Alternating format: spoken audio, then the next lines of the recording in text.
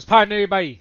It is your boy once again for episode 76, last episode of Kenpachi Podcast 2020. It's been a hell of a year. Um,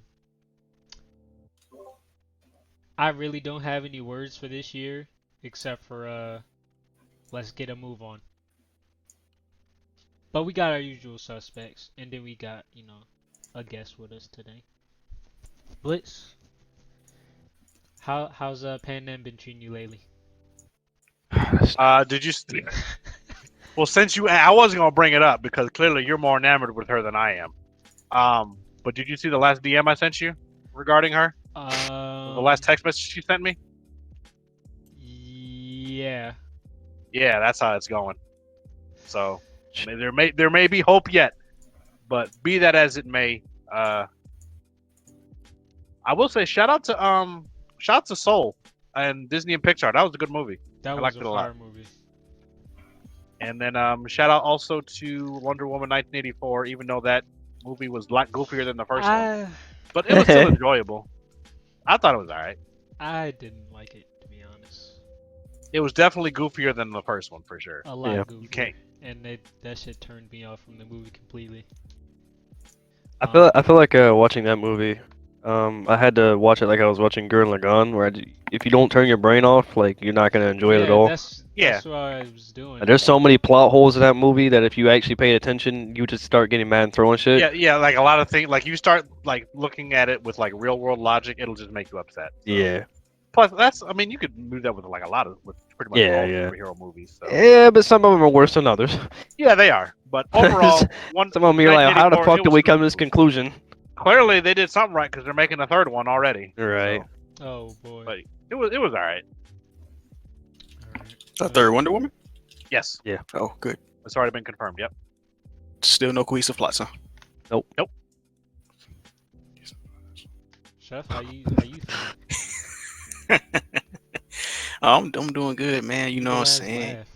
What evil laugh? Well, no evil laugh. Go ahead. But yes, I am doing very well myself. You know, That's good. I don't have any opening statement though. Oh, okay. I respect that. So if I had it, I probably forgot it.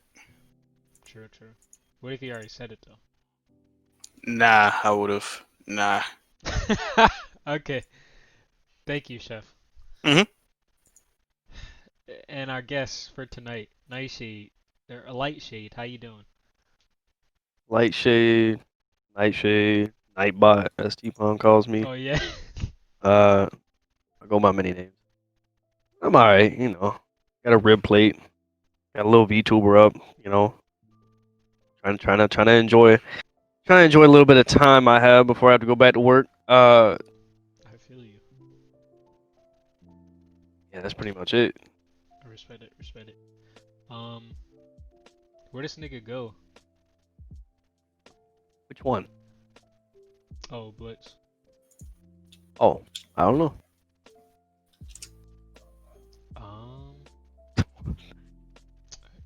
Kind of would like to get started here. All right, thank you. All right, so I was doing some behind the scenes stuff, you know. what was I about to say? Oh, so top 10 games of all time for our ending podcast for 2020. Well, let me not say it like that. Not ending the podcast, but it's gonna be the last podcast of 2020. We're doing top 10 games of all time. So how are we doing this? I was like, how are we gonna? Oh shit. So I think Chef, you Shut up, said we'll probably just go by order in the voice chat and just start with like what 10 through 6. 10th. Yeah. Okay. Kind of Yeah, similar 10. to what we did for the decade one last Yeah. year. Okay. Yeah, we could do that. We need somebody like Mitch to have like comedic relief, cause you know he come up with some bullshit. I mean, Mitch would be on here, but then he don't answer nothing. So Yeah, you're right. Fuck that nigga, huh? hey man, we can only put out the call to those who answer.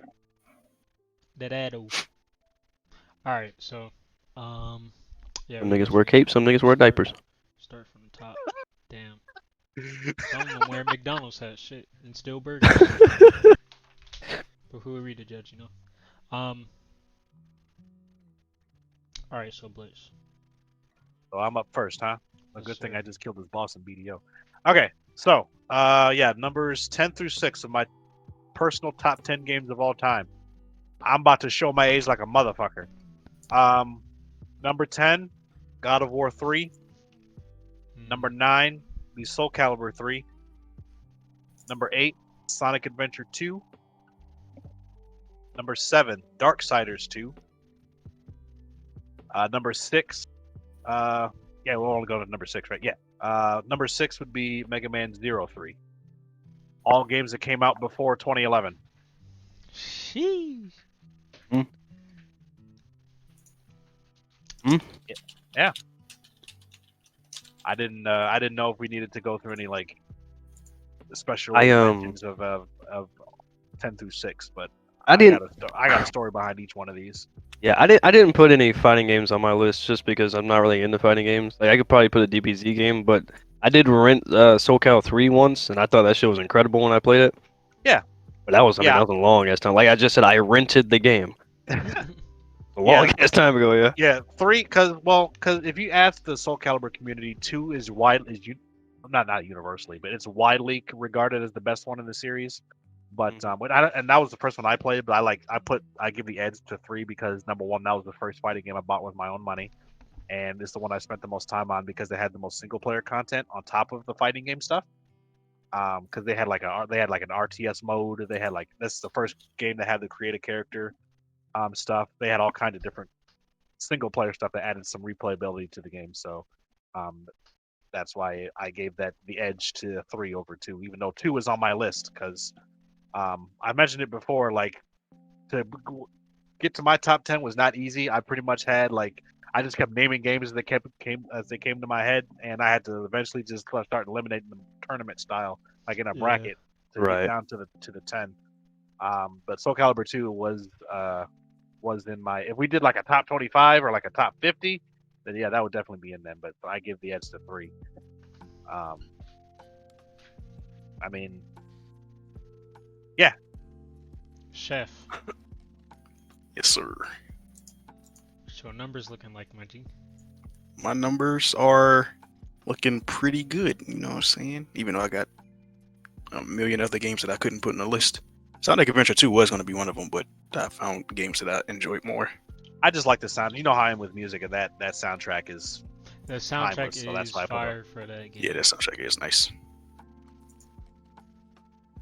All right, so starting at number 10 for me, of course I have Minecraft, you know. Son. Hey, you know what? No, this is fine because it's not number 1, all right? Look, we gotta let them have it. So your number 1 is now number 10, huh? Well, it was number 1 of the decade. Huh. But all time? Nah, yeah, I forgot you old. All right, yeah, kind of. You know what I'm saying? But I had really to put not, Minecraft but... there. Yeah. I had to put Minecraft there. It was a special time for me when I played that. You know what I'm saying? Did you have Until your on dogs Minecraft got for murdered in Xbox? cold blood. What'd you say? How many hours did you have on Xbox? If you know? I would not be able to tell you. There was a lot, but I don't. Hey, Blitz, you want to know why? Because after the dogs died, I'm trying to give it a benefit of the doubt. Here he I'm goes. giving him the died, benefit it of was the doubt. curtains. I'm like, if you had to guess, like 1,000, 2,000. No, nowhere near that. Okay. I ain't do crazy hours on Minecraft. I just enjoyed my time when I played it. Okay. Very much. Fair enough. You know what I'm saying? But yeah, that was on the 360 when it came out. I got a whole bunch of dates listed on here too, just to give perspective to shit when it gets to the top of the list. I got too specific on this one, but yeah, this Minecraft came out May 9th, 2012. Number 9, I got BioShock Infinite. Solid. That's a great game. I thought it combined both 1 and 2 story wise, and then they just upped the combat a little bit for me for Infinite. Because I like the story and the combat for Infinite a lot. I put it there instead of the first 2 BioShocks. Yep. Instead of one of the first 2 BioShocks. Because I still haven't played the first 2. I got to do that. I have the collection on PlayStation. Yeah, you do. Those are worth the time. And that came out in 2013, March 26th. Number 8, I got Red Dead Redemption. I spent way too much time on that game. Not like crazy hours, but it was one of the games that I actually took time to complete. Like did almost damn near everything on it.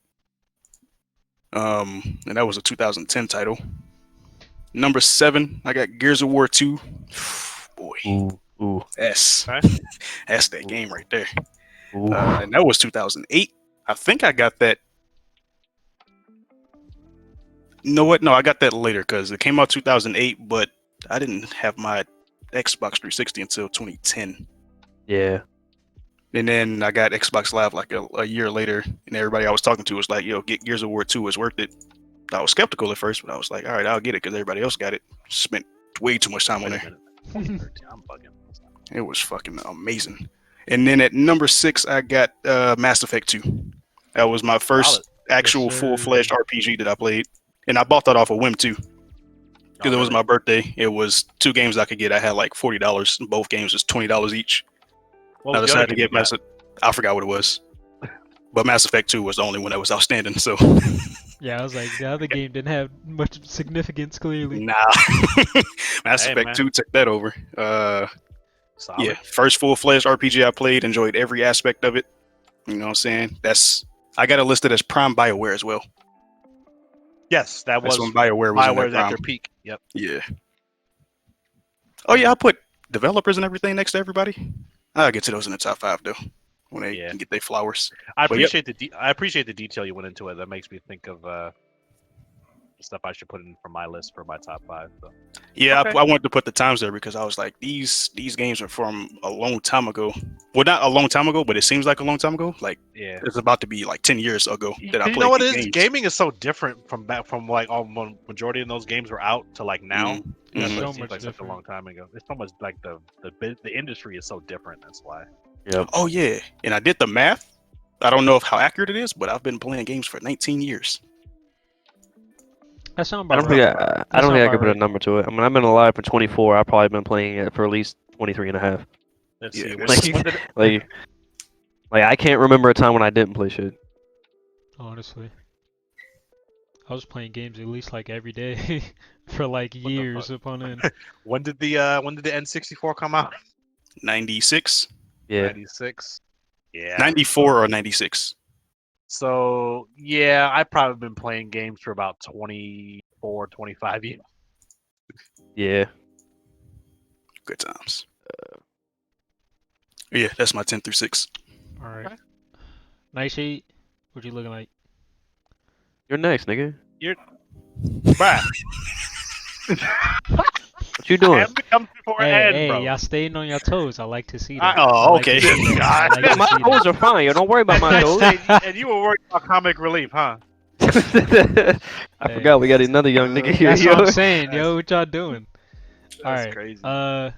So y'all already know what it is. My number 10, starting off, Rainbow Six Siege. We gonna put it down All here. time, huh? Yeah. Huh? Cause Okay. I'm not gonna lie, before PC, I was nasty on console playing Rainbow. I think PS4, I had like close to 900 something hours on Rainbow already. So I was already like having mad time on the game. So You put 1,000 more into that motherfucker. yeah, so I mean Rainbow. Yeah, I know. Cause I know you got like 1,000 on PC alone. I know that. Yeah, I had like 1,200 now, or like 1,500 at least. But Oof. yeah. I'm gonna reach those numbers in one of these games I'll play.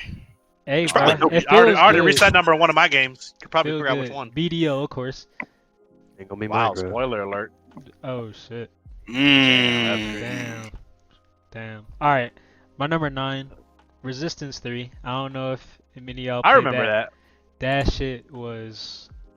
I love this story so much. Like the setting, the guns, the enemies, everything was nice.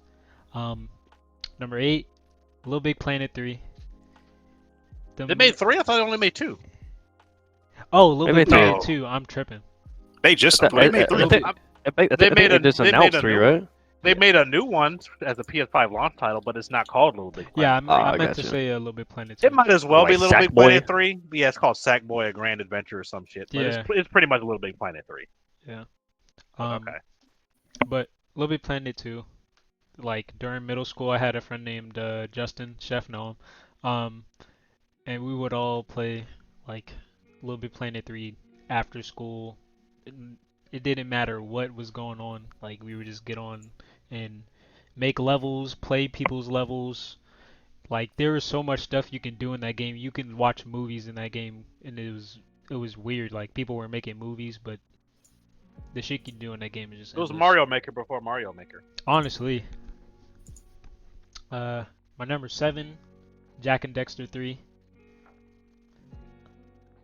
I still haven't played the Jack and Daxter collection. I bought it on the You missing PS3. out. I have it. I Missing haven't done it. It's a lot of PlayStation exclusives. I'm a Ratchet and Clank guy. I'm sorry. Ratchet and Clank got to me first. I played both of them when they were coming out, so I got the even spread. And then for my number 6, how many of y'all have heard of SSX3? Yeah. Snowboarding game. Yep. Yeah. Yep. Very fun. That It looked cool, shit- but I never looked into it. I can't forget it because every time I go to my local movie gallery, that shit would always be in the bargain bin when I be East digging Beats through Rock that shit. Rock. That yo, when that song would come on, oh my god. Now you said SSX3 or SSX Tricky? Because I remember Tricky the most. 3. I'm talking about 3. Yeah, I think I've seen 3 the most. But I played 3 and Tricky, so. I think I heard rumblings they might be rebooting it. Don't quote me on that, but I thought I saw something like that on IGN or something. Boy, they bring that shit back. You didn't play that one? What was the game that Ubisoft made where the person died? Oh, Steep? Yeah. No. What? No. Yeah, Steep. one of the stunt people that was doing for those while they were making the game Steep, they died while doing Oh. it. Nigga stumbled down the mountain.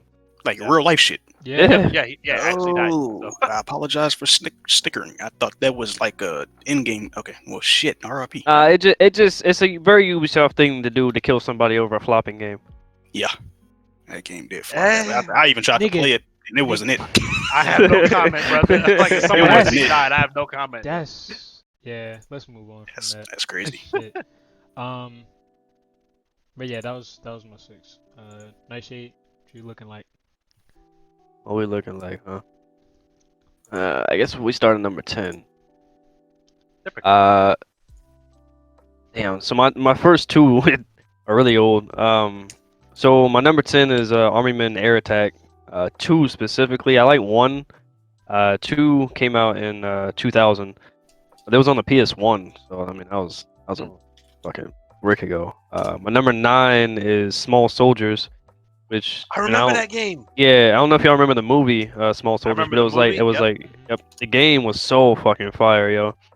I can't even explain to you how many times I played that game. It was also on PS1. It came out in '98. My number 8 is it's Minecraft. I see you. I see you. Yeah, yeah, you see me. You see me on the game too. Honestly, actually, in Chef Defense, I had never seen you on Minecraft either, Nightshade. If you were, I wasn't there. Oh no, I was there. Okay. My number 7 is The Lord of the Rings: Return of the King, which is on the Yes, PS2. sir. Yes, sir. Excuse me. It came out in 03, but it came out alongside the movies. I remember leaving the movie theater, and then like 2 days later, my mom brought me the game for the PS2, and I was fucking hyped, yo. Cause I already had the one for the movie before, or I had the game for the movie before, and that shit was fire. But this one was just way better. My number 6. This was a hard one for me because I couldn't decide on one specifically, but I did put a Call of Duty on here. I put Black Ops 3 because trying to ratio between which game had the best zombies and multiplayer was almost impossible. So I just chose the one with the last time I remember having fun in a Call of Duty multiplayer, which is Black Ops 3. And then to me, it had the best zombies because it had all the old maps and then some new ones in there that you may or may not have cared about. So I just picked that one. That game came out in 2015, by the way. It's kind of weird that shit came out 5 years ago. And now look It at don't the feel state like of Black 5 Ops. years Good ago. lord. Yeah. Shit. And then my Olympus number has fallen. my number 5 changed a Oh, little we bit waiting for that. from my. Oh, you waiting for 5? Oh, you stopped Yeah, at 10 through 6. I got you. 10 through Okay. 6. Yeah. Yep.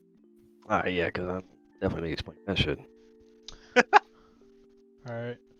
Bliss, you wanna take it from the top, Mikey?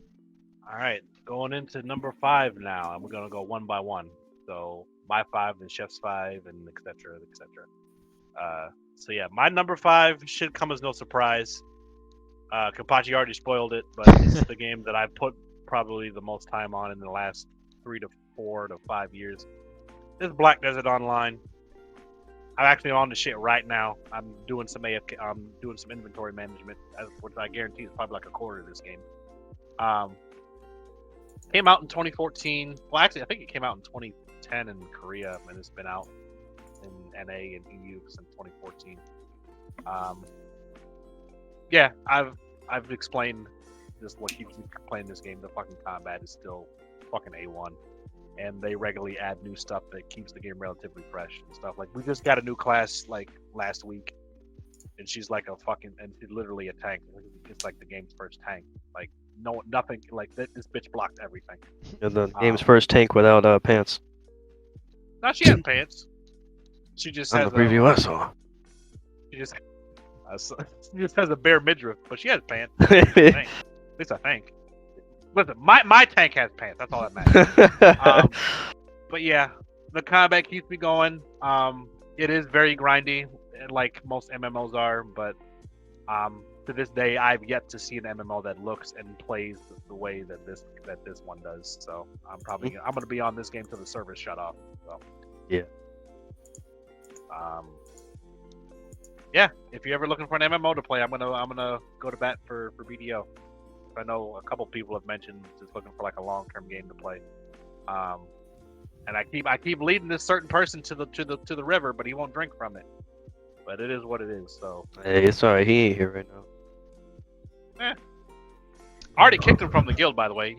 I think you said like if I'm not on with like in the next like week or so, then just boot me. I was like, I banned him the next day because I know he was. I was like, bro, he not get back on ever again. No, he said 2 days. Yeah, 2 this days? has nothing to do with that situation, but the same day you guys had that conversation, remember he paid for me to change servers in Final Fantasy 14. Yep. You know we did one dungeon and then he stopped playing? Yep. Yeah. That's the extent of how much we're gonna play that game together. I thought you learned from last time after he. Yeah, I was like, I mean, nice. listen, he paid for it, so I wasn't mad about it. I mean, it's his money. Oh yeah, he did. That's funny. Wait, Mitch, you gonna learn to say Hey, that man. money. Hey man, like I said, you can only lead a horse to a river to drink. You can't make him drink from it. Fuck it. All right, Chef, what's your fire looking like? All right, so I had to put this at the top 5 because it deserves to be top 5, but it couldn't be top 3. But Minecraft Windows 10. nah, see, this game came out recently, 2018, from Santa Monica. You feel me? I God I of knew War. it. I knew it. It's God of War. You know what I'm saying? It almost Yes, made sir. my list. It figured it had to be at least in his top 5 or his top 3. Yeah. It's got to be top 5 because my top 3 is already just cemented from the start.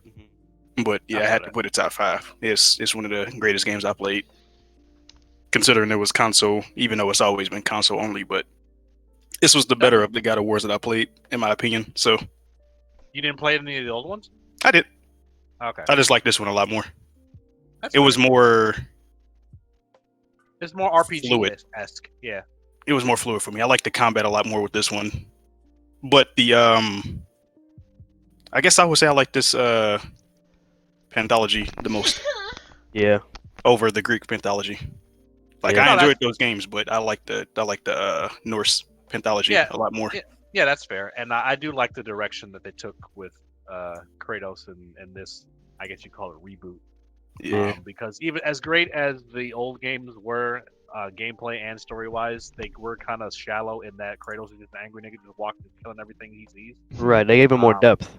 Yeah, they gave him a lot more depth. Even though old Kratos did have his depth to him, because you could after you played like the 3 games and you go into and you get a really deep look into how much pain that nigga went through. But Right. to see him kind of reinvent himself as a different character is I thought it was. Yeah, I think they did a good job doing that.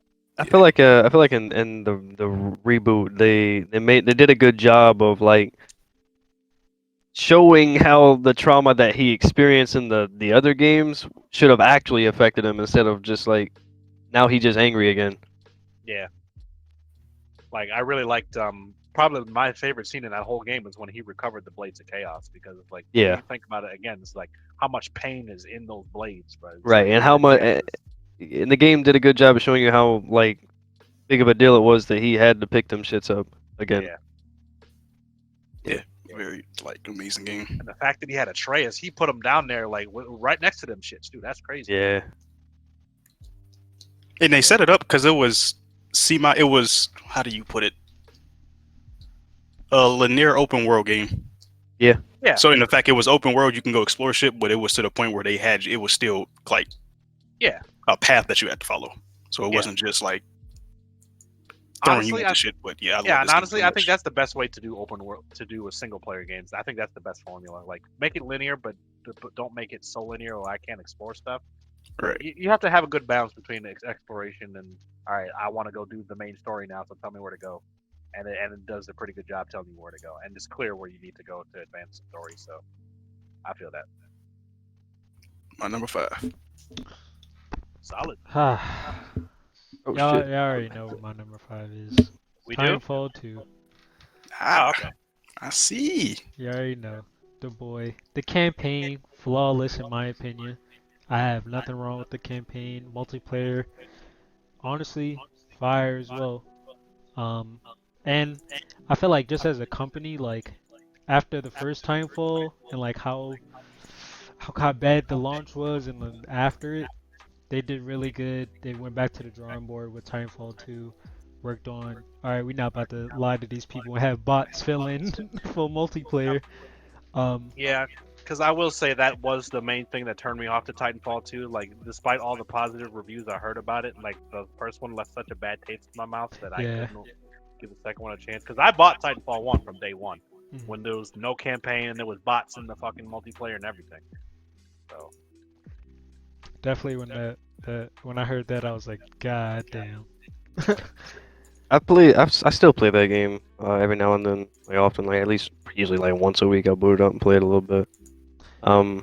It's aged extremely well. Like I've seen people play it on like the PS5 and Series X, It and looks it's like so good. Too. it's they did enhance it. It's like in 4K at 60 frames and shit. Like it looks like not like a next gen game, but like an end of a generation game. Like kind of like modernized. Spider-Man. Yeah. Like it looks really good. Titanfall 2 is a solid game, bro. A very solid game. Mm-hmm. What's your file looking like, dude? So my 5 is similar to like my top 3 of the decade.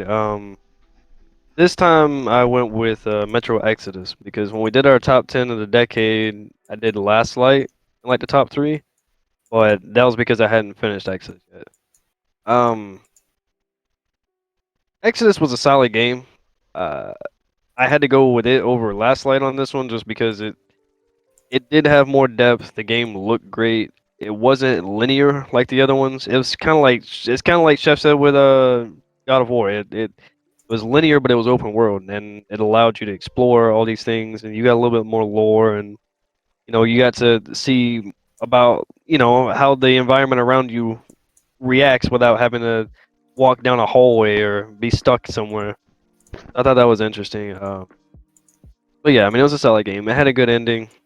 All the endings were really good.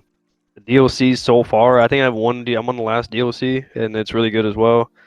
It was just a solid game all the way around. It's especially considering that I had the first two on such a high pedestal, so I was expecting a lot from this game. Respect. You can't hear it, Blitz?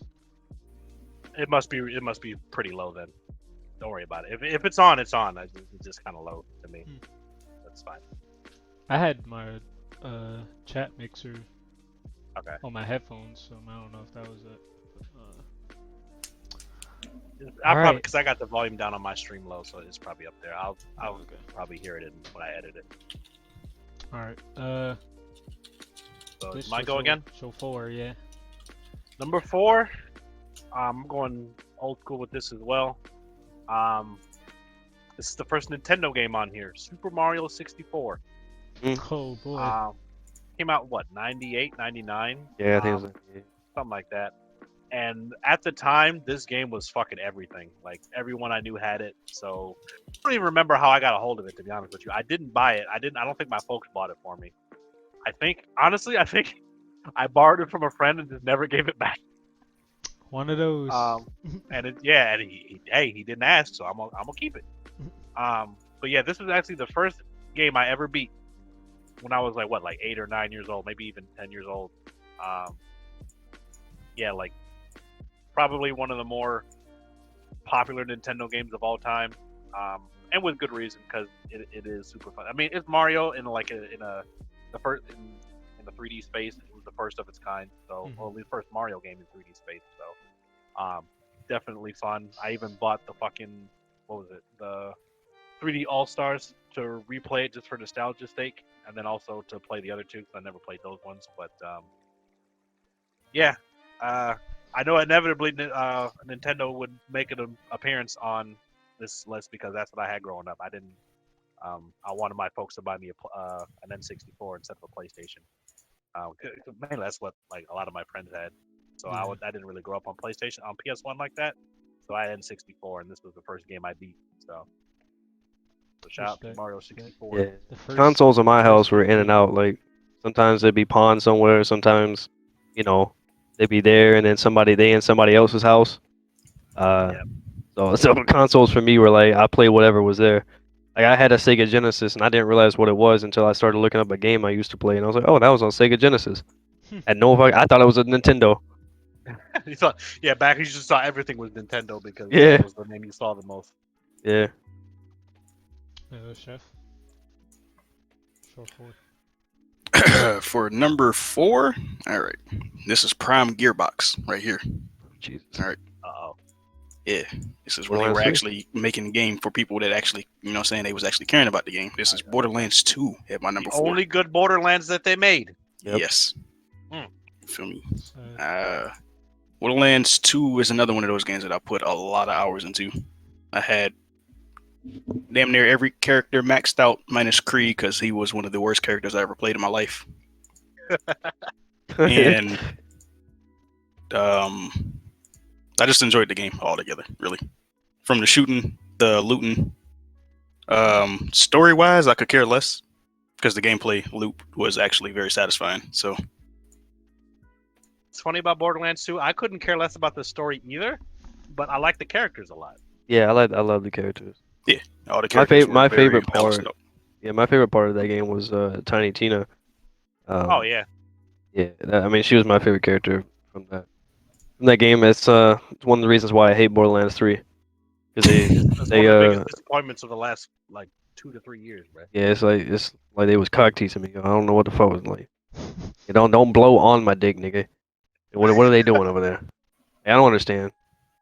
Hey man, imagine my hurt when I was sad they didn't put Gage in the game because that was the first character I picked up when I played 2.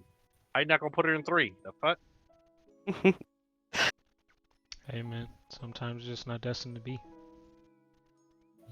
I'll kick Randy Pitchford in the shin, bro. Now this is a game I wish they gave me hours played because I'm pretty sure I got a lot of hours on that game on the 360. Yeah. I can vouch for that. That's a lot of time. I think the best way. I think I also another different reason why I like 2 over 3 is mainly probably because I played 2 years after all the DLC was out. So after as I'm doing the story things, then there's a whole bunch of side missions and things that I can do. Like I had everything at my disposal.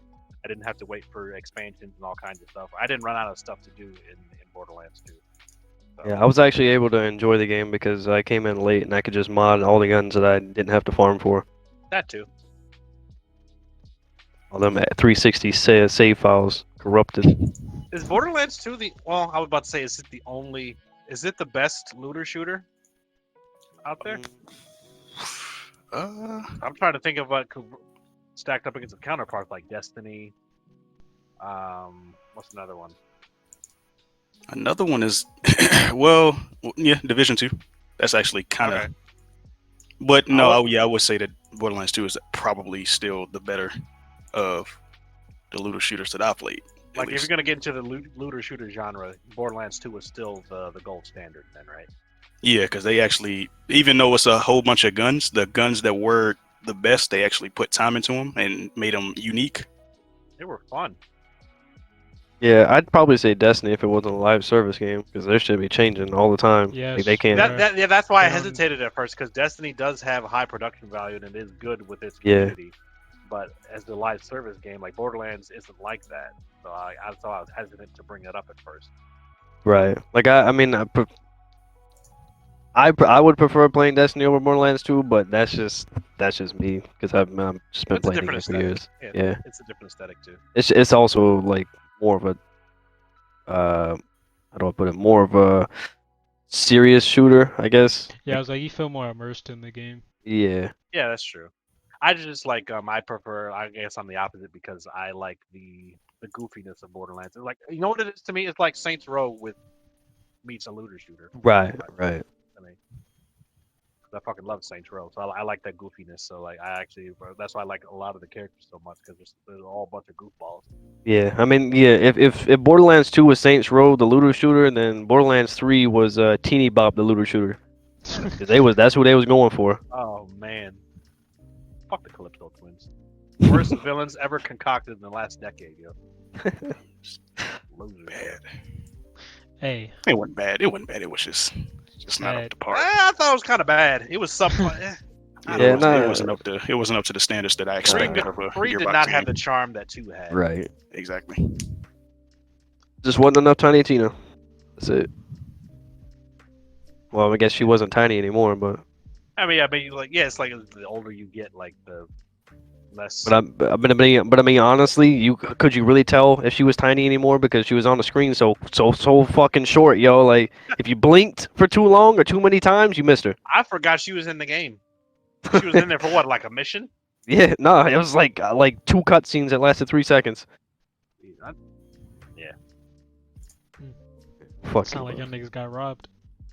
Mm-hmm. I did pretty because much. I bought the game twice. I did not. I didn't want to wait for the PC version, so I bought it on PS4, and that shit was a buggy mess. And then then when it finally came to PC, I'm like, fine. I wanted to give the game one more chance, and it's just like, you know what? No. So Alright. Feel that. Alright, my turn. So, for my number 4, Marty, this one's for you, 4. baby. Yeah. Killzone 3. One if he of was in the here, goddamn, yes, sir. one of the goddamn best shooters to ever come out. I would say Killzone 3 is probably like one of the most underrated shooters to come out. Underrated shooters, I like always saw multiplayer. Killzone in the PS3 era. I never picked it up.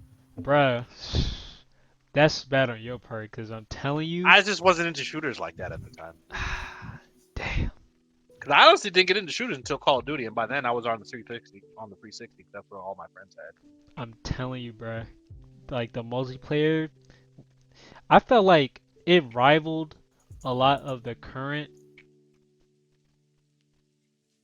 Yeah, it rivaled a lot of the current multiplayers and like first-person shooters out now, with just how like the weapons and how everything seemed balanced in a way where like, all right, the snipers are OP in the sense where like you can't just like walk down a hall and expect not to get blasted.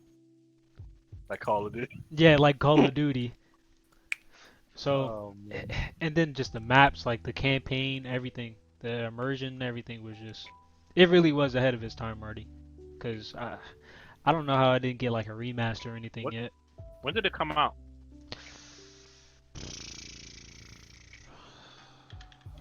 Let's see. Google can answer.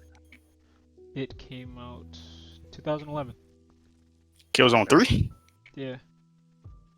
That sounds about right. Huh.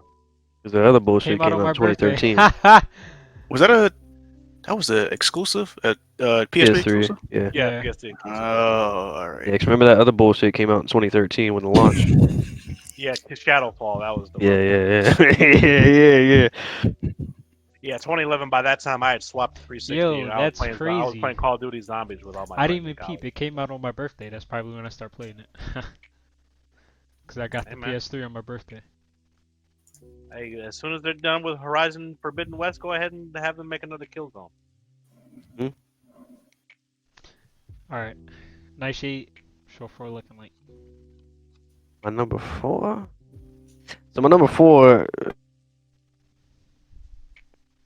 Choice, but it is what it is. I had a Pokemon Leaf Did your Green, mic just change? What the fuck? which is technically Pokemon Green or Blue because it y'all was hearing this? Blue Yo, in the States. yo, It's very fucking confusing. It was the remake of yo. Pokemon. The original came out in '98. Nice I played shit. the Hear us? original, and then I played Leaf Green when it came out. But it's Yo. the last Yo. Pokemon game besides like Soul Silver that I played that I actually enjoyed. Oh Lord. I played through Yo. this game 100 times on Oh, he's going though. on Fuck my, it. on my Yeah, we can still hear him, but he can't hear us. color like way back in the day. Can you hear us, Nightshade? Yo.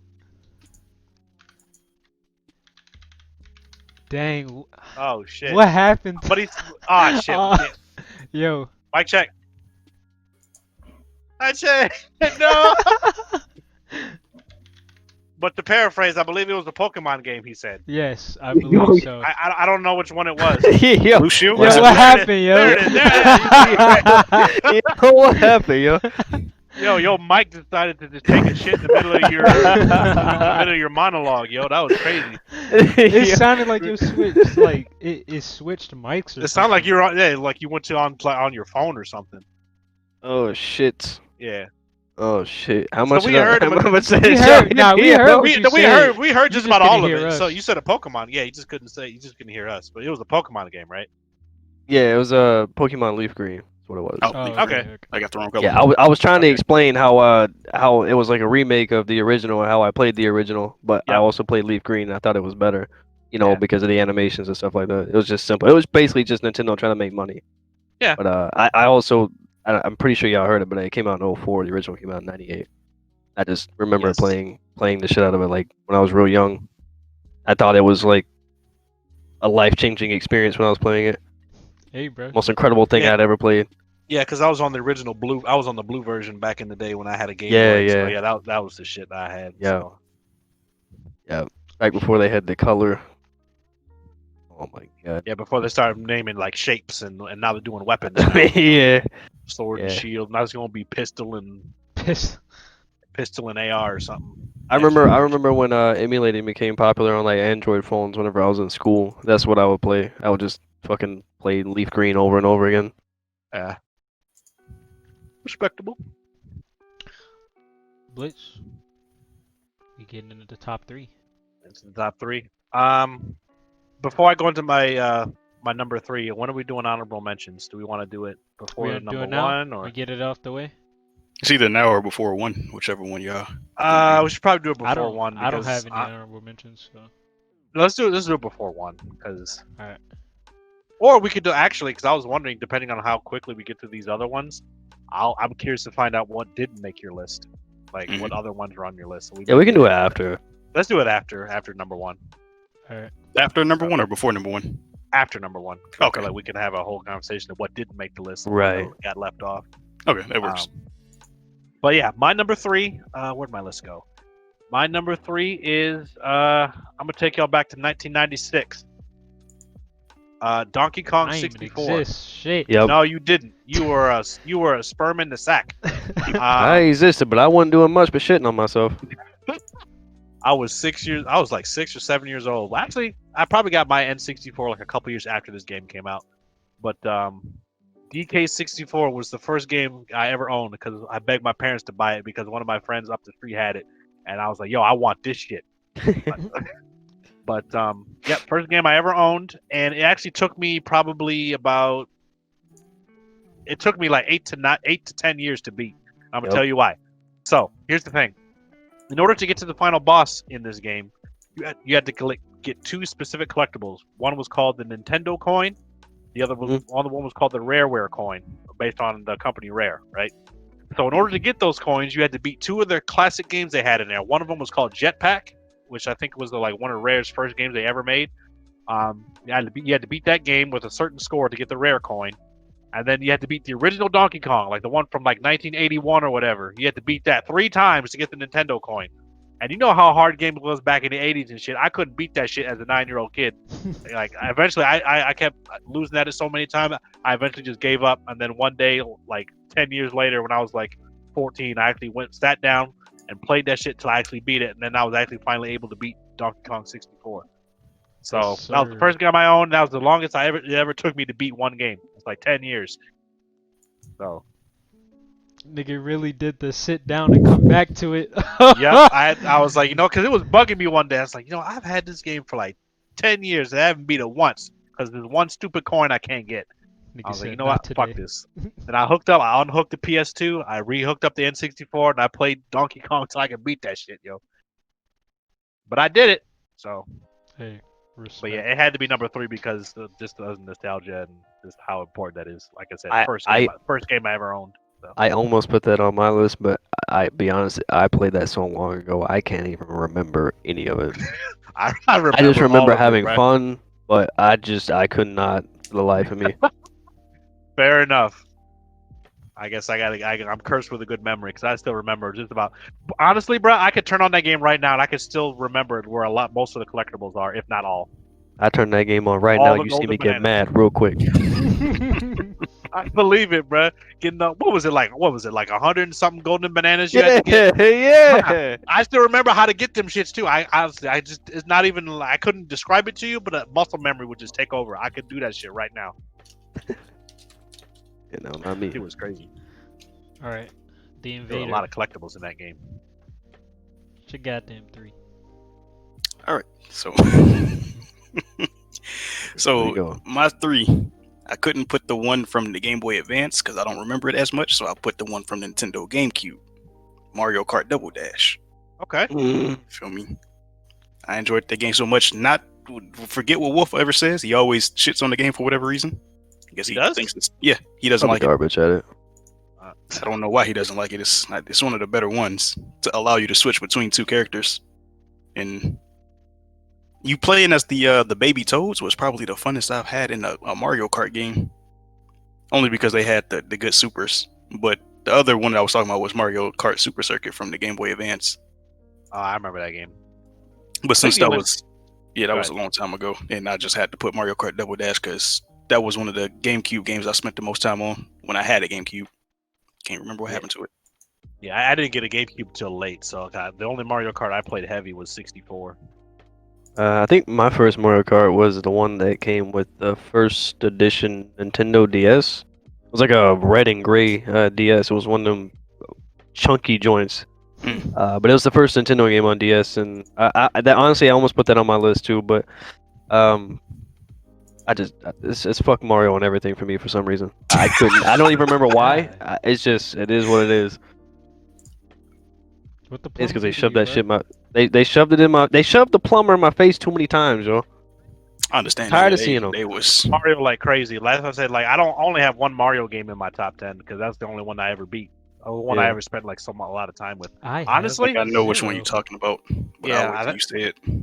Yeah, I'm just not giving them no more publicity. yeah. I mean, they keep making. I think they're objectively good games. It's just like, yeah, I kind of just like once I got past 64, I'm like, yeah, I'm good on Mario for like the rest of life. I think Mario ruined platformers for me. I don't think I've played any, actually played any platformers since then. I don't know. Then again, I was a crazy. Sonic The guy rest though. of life. Yeah. No, honestly, once I beat Super Mario 64, I was done with Mario, bro. And that's probably because I was more of a Sonic fan anyway. So. I respect it. I forgot what the place was. We are at Whose turn was it? it's Kenpachi's turn. We at number 3. Okay. So, I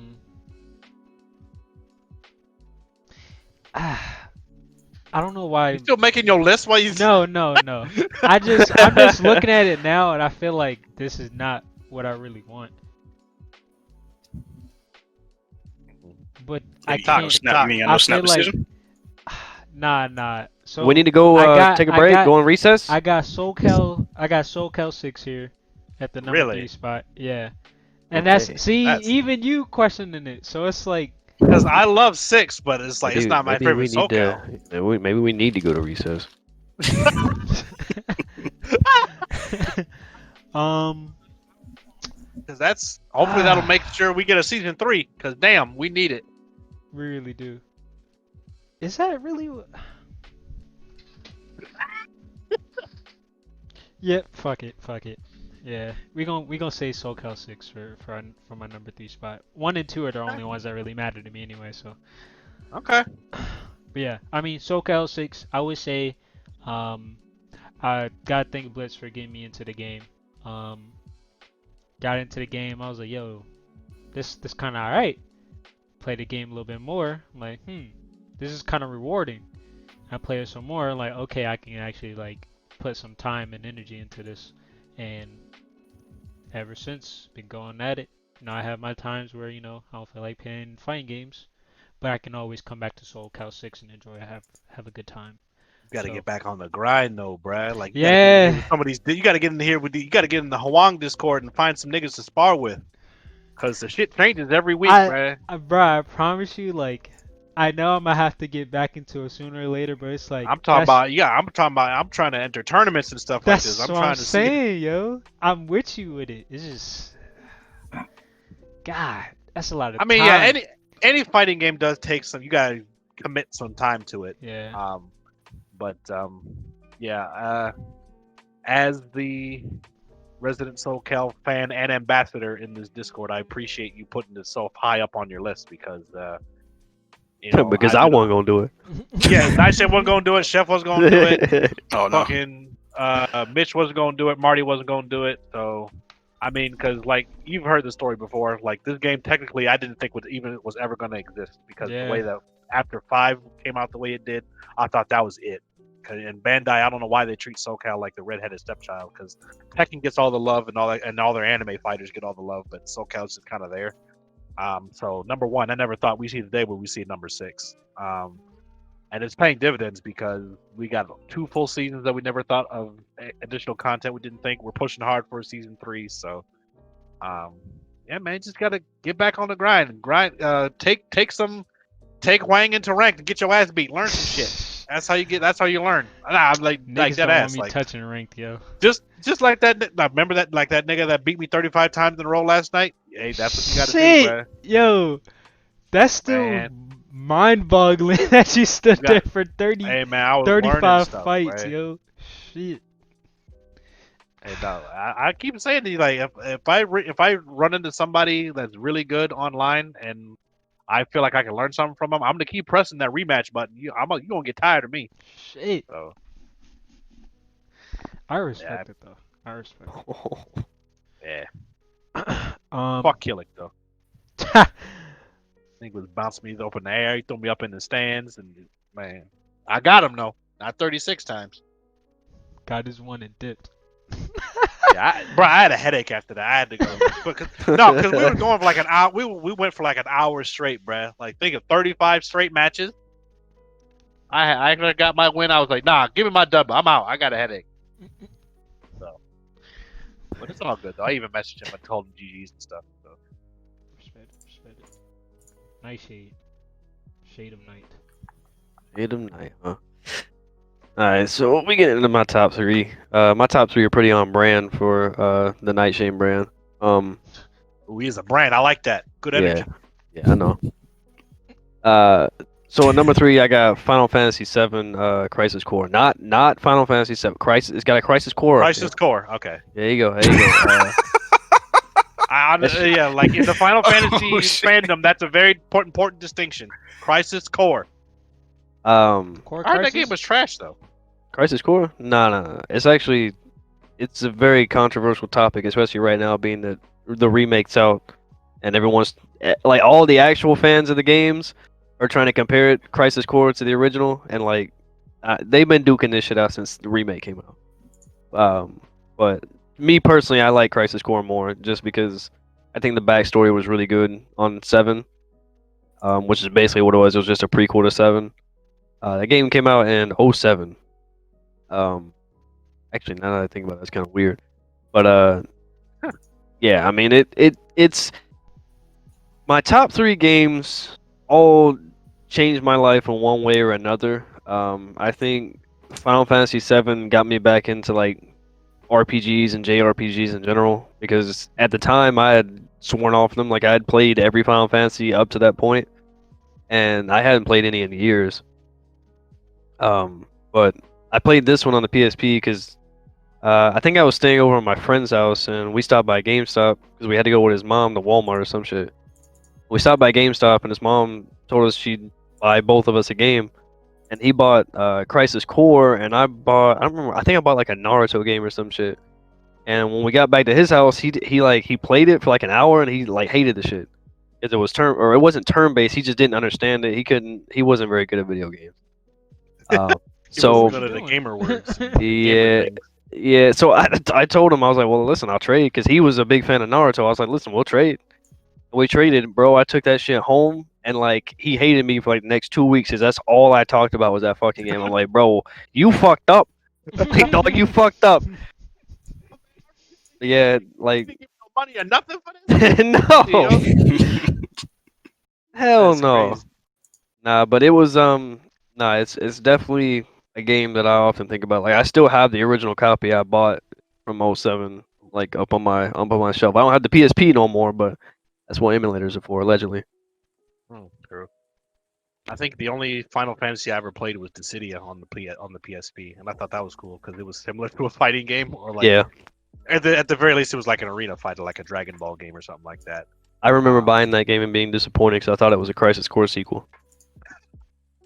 I Hey, was man, extremely disappointed. we can't be so lucky. But no, I definitely give Final Fantasy VII its props because like I said, I'm not really a Final Fantasy fan. I generally don't like JRPGs, but that game transcends so many barriers in games. For sure. So I can't fault it at all. Plus, like I do fuck with a lot of the characters. And I was like, Vincent Valentine is my favorite character in that game. I haven't even played it. That's why I'm excited to see what he looks like, what they do with him in the remake. Because Yeah. I actually might play the fucking shit once I see him. So Yeah. All right, the hell, I That did. boy I had to tripping. clear some a some hairball. We can get ROG in here to talk about Hey, the text hey, to your you throat good? again. You good? You good? Um, Tripping. who is next? Shit. Let's Blitz. let's What's your step- number 2? Take it from the top. God. Bro. Yeah, from off the top rope. All right, so my number 2 was my number 1 until about an hour ago. But after I thought about it, I feel like this is probably the more appropriate placing for this game. I'm gonna give you the Nintendo trifecta because I said there were 3 Nintendo games in my top 10, and this is the last one. Legend of Zelda: Ocarina of Time. Oh man. Oh, okay. I was like, Yeah. fuck. Yeah. No, because Which I one was trying did to you figure out think what it was. No, I was trying to figure out what you said at first. Yeah, no, Zelda: Ocarina Okay. of Time. Because those are games I've never touched in my life. I haven't Yeah. either. Chef was Even like, I- what did you just say? I mean, I'll obviously I'm gonna be biased, but I say if you like like actiony RPGs, give it a try because this is one of the gold standards when it comes to RPGs. Particularly with my thing, because even though like if I'm gonna play an RPG, I'd rather it be in the style of a Zelda, like a dungeon crawl, not a dungeon crawler, but where there's dungeons in it and is more action oriented rather than turn based. Mainly, but also because I find it easy for me to get immersed in that game's universe that way. And Ocarina of Time was the first game that I really got captured by the game's universe. I wanted to learn more about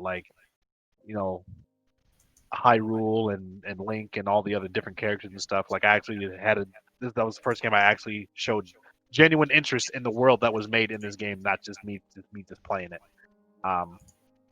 And I spent a lot of time on this game, even though I haven't beat it to this day. I still haven't beat it yet. Because for whatever reason, I'll get to a certain point in the game and then I'll just stop. Like I'll skip a day and then I just don't go back to it. Yep. But was like my whole backlog. pretty much. But if I had to guess, I probably have like a solid 200 to 300 hours on it, just me just doing stuff. And that does include restarts. Like sometimes I just restarted the game, whether it be on my actual physical copy for my N64 or on my alleged sources. I restarted the game a couple times, but I haven't beaten it yet. I probably should beat it before I die.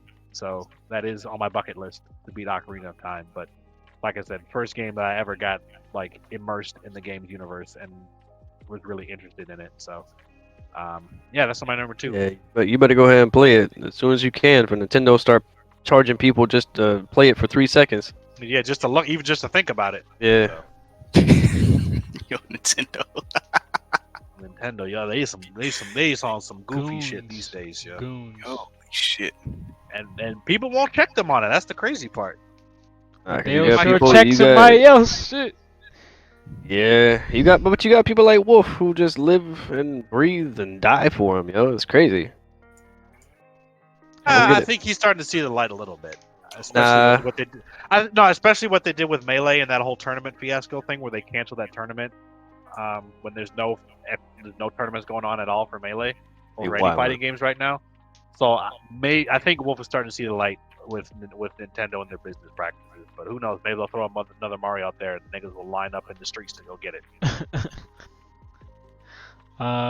Chef. So I'm gonna ask y'all to allow me a cheat code for number 2 because it's two games that I had to put at number 2. But if I can't have a 2, I'll choose one. You know what I'm saying? I'm gonna just list them off real quick so y'all know what I'm talking about. Okay. NBA Street Volume 2 and NFL Street Volume 2. Choose one. Choose one. NBA Street Volume 2.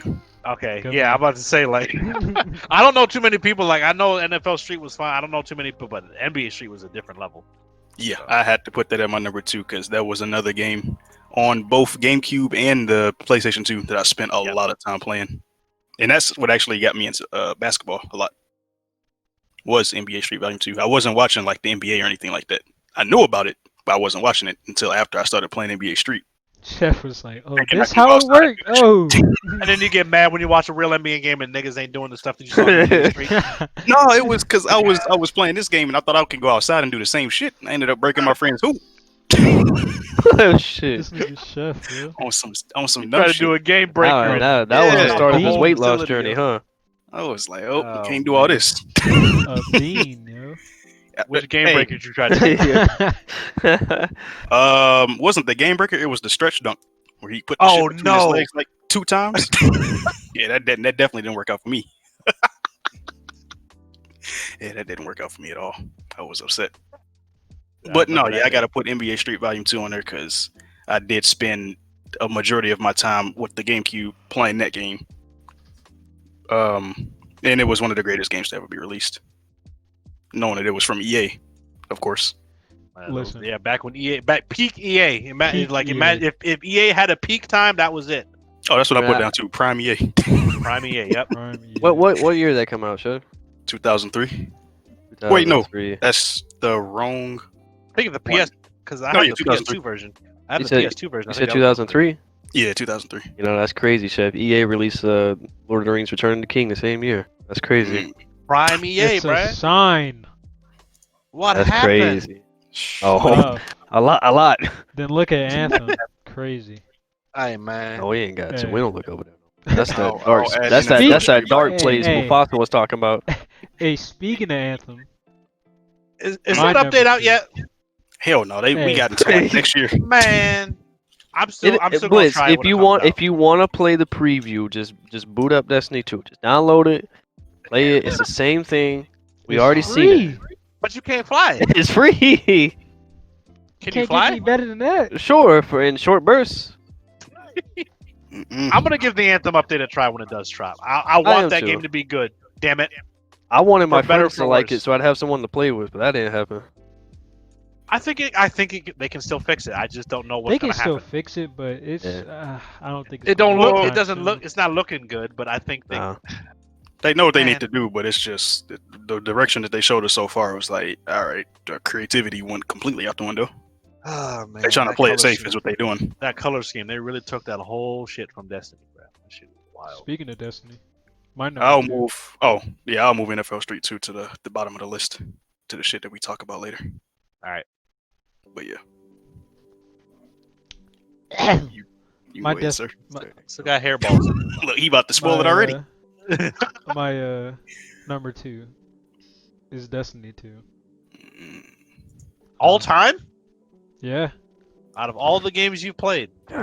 I'm This telling don't you, even. He don't before- even play this game. No more. because I can believe it. Chef understand. I He can was believe going over to PS3, starting with Destiny, then going to Destiny 2 to what was it? When they make the transition, or they were doing To the what? transition? When they broke From away from D1. Activision? You talking about like loading screens or No. You what talking about when they transition we were talking about? releasing? Yeah. Well, Destiny 2 was released in 2017. Really? Yeah, 2017. Yeah. Yikes. Yeah. That whole so- 3 years ago. Destiny. And then Destiny released 2014. 14. Yeah. So I was Oh, playing. okay. I was playing D1 up until D2 released. Yep. And then I was playing D2 on the PS4 for I want to say a couple months. Then that's when I went to Battle.net and played it there for a while. And then it succeeded from Battle.net. Then I had a couple more hours on it on Steam. So and especially like all the lore videos that I watched on Destiny, bruh. There's no Destiny? way. Yeah, I Destiny, did. You heard that too? I did say that weird. But yeah, like I just love the lore, the weapons, like the characters that they have, how it plays. Like I feel like I'm actually immersed in it. I can actually like turn off the music, like turn off the lights in my room and just literally go into the world of Destiny and enjoy every bit of it.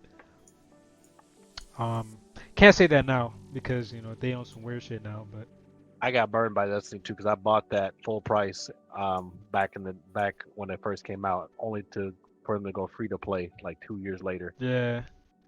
Ah. Hey man. It is what it Yo, I Steam got some wild games on their shit, yo. is.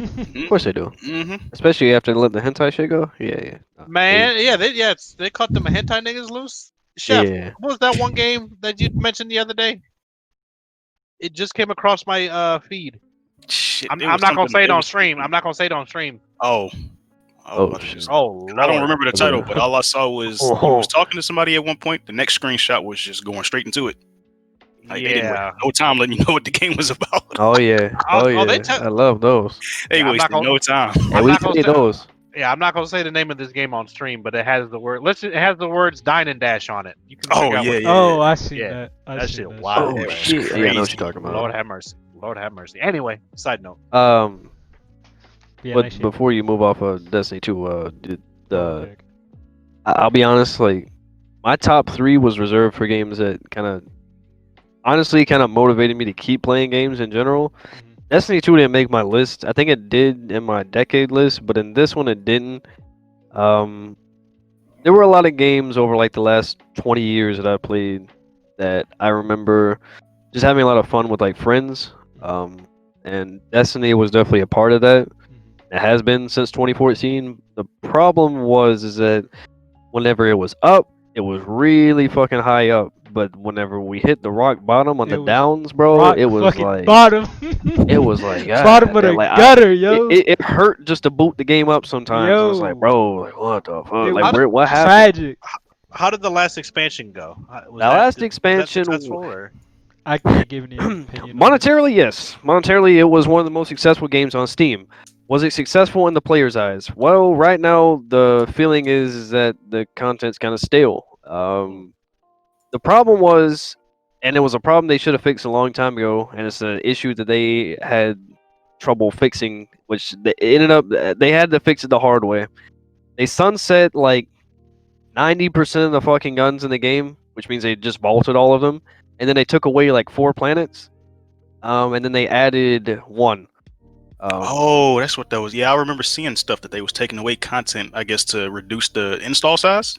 Right. Well, it was to reduce the install size, and it's like the devs, the way they explained it was like no other live service game would offer all the old content while trying to add new content at the same time, because it makes it almost impossible to balance everything.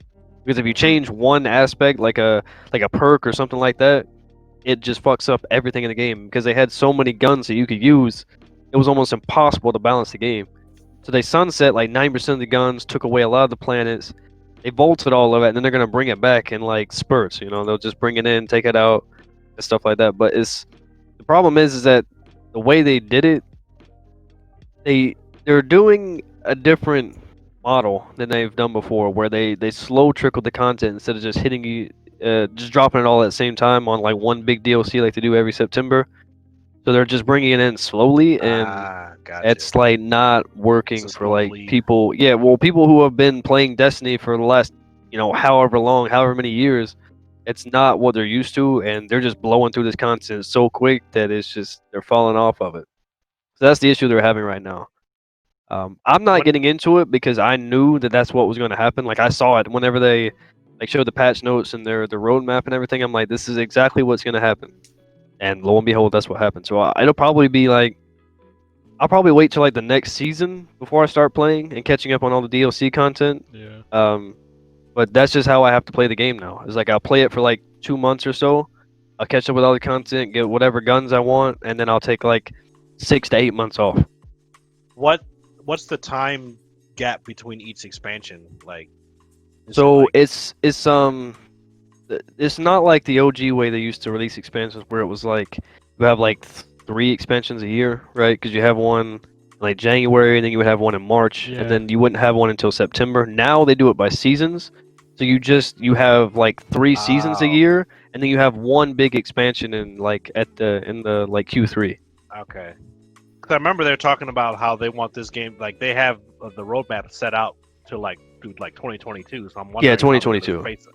So it was making me wonder how they're going to space out the expansions and things like that. Yeah, so they've already announced and named all 3 or the next 2 expansions for 2021 and 2022. And then they're just gonna fill content in seasons in between here now and then. I see. Yeah, so that's different. I don't know if I would be on board with that as if I was a avid player of that game. But the game's not going away anytime soon.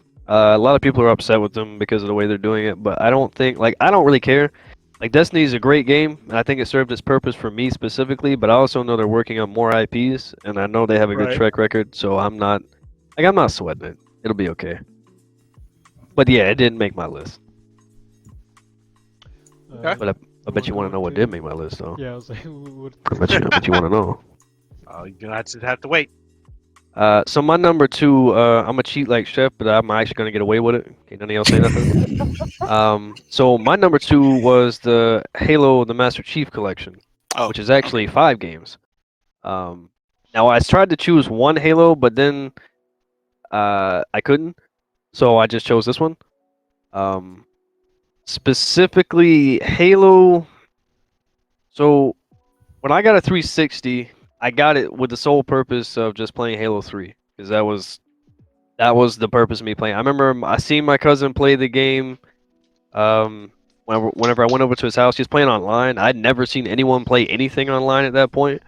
And I'm like, bro, what the fuck is this? And then I begged my mom like for a whole year to get me a 360 so I could play Halo 3, and then she got it for me. We got internet. And that was pretty much the start of me falling in love with video games again. Because at the time, I still had a PS2. I had a PS2 and a Wii, and that was the extent of my video games since like 2000. So, like going into online gaming was just another world entirely. And pretty much, if it wasn't for like Halo 3, I definitely wouldn't be here playing games or in a Discord or anything. I probably would have done something more productive. But the reason why I chose the Master Chief Collection, not Halo 3 specifically, is because Halo 3 did keep me into gaming, but Halo Reach was my favorite Halo game, which was a part of the Master Chief Collection. Okay. I think I only ever played the first Halo, way back when. It was cool. It just didn't really catch my attention for some reason. Probably because I didn't get into multiplayer like that. like I said, I wasn't really into shooters at the time. I remember hearing about Halo so much. I just figured I should probably just play this just for the experience. And I don't even remember if I beat Halo 1. I just remember the flood, and I think I stopped after that. I was like, I'm good. No, I that want was to see. that was the other thing. It was like I hadn't played like a narrative game like that was just that in depth and that honestly just action packed in years. So that really drew me back into that. Also, it introduced me playing online for the first time. Introduced me to the fact that I realized that all my friends weren't just shit at video games. I was actually really good at them. So, you know, just had to stroke my 13-year-old ego real quick. and that's when he knew. That nigga was a gamer. I respect that. Yeah. I know we played Halo Reach in here for a little bit when Master Chief Collection first hit PC. Yeah. Just wasn't really my thing. Mainly because now that I've actually played shooters, I'm so used to having like modern things like sprints and ADSing. So I wasn't really used to it. So I think I ended up just losing interest pretty quickly. But I put respect on Halo's name. Oh, Nothing for wrong sure. with that. All right. We hitting the All right, ones and then there now. was one From the top. from the top. This is probably not hard to figure out. To be honest with you, what my number one game of all time was. Not at all. Which is funny because originally this was number 2, but like I said, I flip-flopped this and Zelda. Because I haven't because after I got to thinking about it, I haven't spent like almost close to $2,000 on Zelda stuff. So yeah, my number one game of all time is Nier. I think that makes the most sense. Dun, dun. My boy dropped racks. Racks on memorabilia, on clothes, on Goddamn musical live performances. Concerts, yeah. So yeah, like I said, Zelda was the first game that I really got captivated by the game's universe. Nier probably took that over the top for me. When did it get? Was it 2016 or 2017? 2017. Because I remember Overwatch came out in 16, and I was on that until I played the demo for Nier that Christmas. I was like, hold on, wait a minute now. What is this? What is this? Oh shoot. Yeah. I gave it, yeah, like I said, this was my number 2 at one point, but then I flip flopped this and Zelda because, like I said, I don't think I don't think I've ever spent this much money on one singular franchise ever. Like even for Not like even Soul Calibur BDO? stuff, not even BDO. Like I've spent some money on BDO, but not close to $2,000 worth. Yeah, not dropping stacks. Not skipping rent for fucking shit. Nah, if we was going by monetary on how these games fucking panned out on these lists, bro, I'd have some gotchas up there. Hey, I mean, yeah. we not even gonna talk about the gotchas. Shit. Do those count? I wish. Are you really playing gotchas though? I'm not, but just in terms of money. Listen, Yeah, bro, money's not the only thing for Nier for me, but like I mean that's a pretty big part of it. Once I really started thinking about it, I'm like, bruh, like I bought what is it? Merchandise, I got books, I got statues, I got fucking clothes. He really Yep. fuck with it. I already pre-ordered the new one that's coming out in February or April. Twice. I got it pre-ordered on PC and I pre-ordered the collector's edition for PS4. I feel that. I feel that. So That's a Mitch roof, yes sir. I want to listen. I want to see a Nier 3. Damn it! I want to see Nier with the fucking 3 replacing the letter E in there. That's my It'll idea, and I happen. want them to use it. It'll happen. What would the plot be? Well, first of all, you got to finish Automata. Damn, know you're what right. happened You're right. next. Shit. I can't tell you, but there's room for 3. How about that? All I'll right, leave it bet. at that. You got to finish the damn game. It's crazy because you like right there too. You probably only got like 45 minutes left. If I I just remember need right. it. You know what? On this week off, hopefully, if I get around to it. And you got to stream it That too. means it ain't gonna happen. It's probably not, but if and when it does happen, you got to stream it too, because I don't know how much you remember of the story, Kenpachi, but like have you been paying attention? The ending might make you shed a single tear. Okay. Cause You remember the overall gist, yeah, right? I remember it. I remember it. Cause they've had a couple moments where I was like, damn. Like, Yep. So. I gotta keep myself composed. Yep. But yeah. So. The Invader. Show number 1. All right. Now, my number 1 game of all time is a Rockstar title. Ooh, which Grand one Theft is it? Auto San Andreas.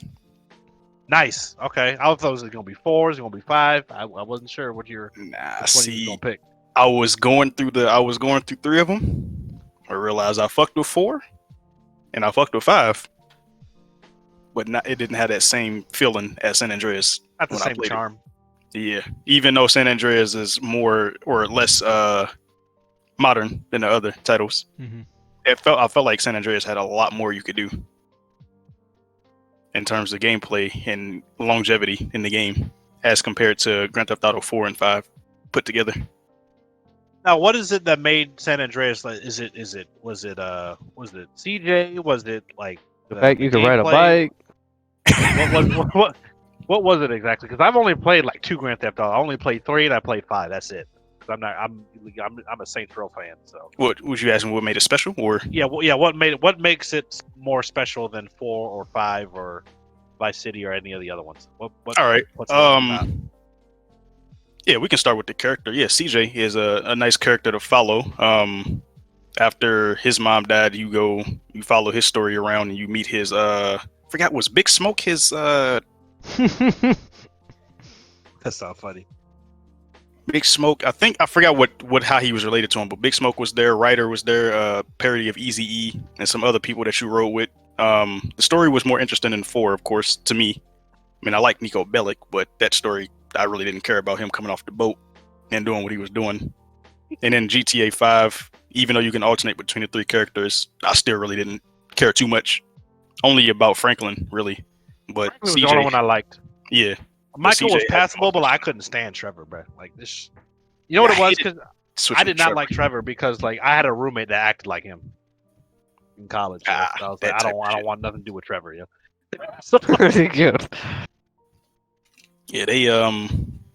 Yeah, CJ was more interesting than anybody else that I've played with in a Grand Theft Auto series, and I barely played 3. That was my 3 was such a long introduction time to it. ago. Yeah, but I just never played it that much. I love 3. What else? It was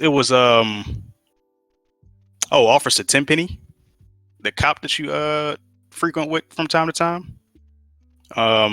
Who else? The Cheech and Chong dude. He's not a crackhead, but he was a weed smoker. It was like a mission way out in the boonies that you did. It was just out of nowhere too. I like the ending of the game when you find out Big Smoke and Ryder was really the ops that shot the mother. They was a part of that. They was a part of the reason why she was dead. It was a whole bunch of hidden stuff you can do. Jetpacks. You could run around and kill about anybody. The driving, for most part, was okay for its time. It's actually pretty good for its time. You can fly almost any type of vehicle that you wanted, or like an airplane, helicopter. Like they took that away from Grand Theft Auto 4, flying airplanes. Well, no, you could fly an airplane, but you couldn't really do too much with it.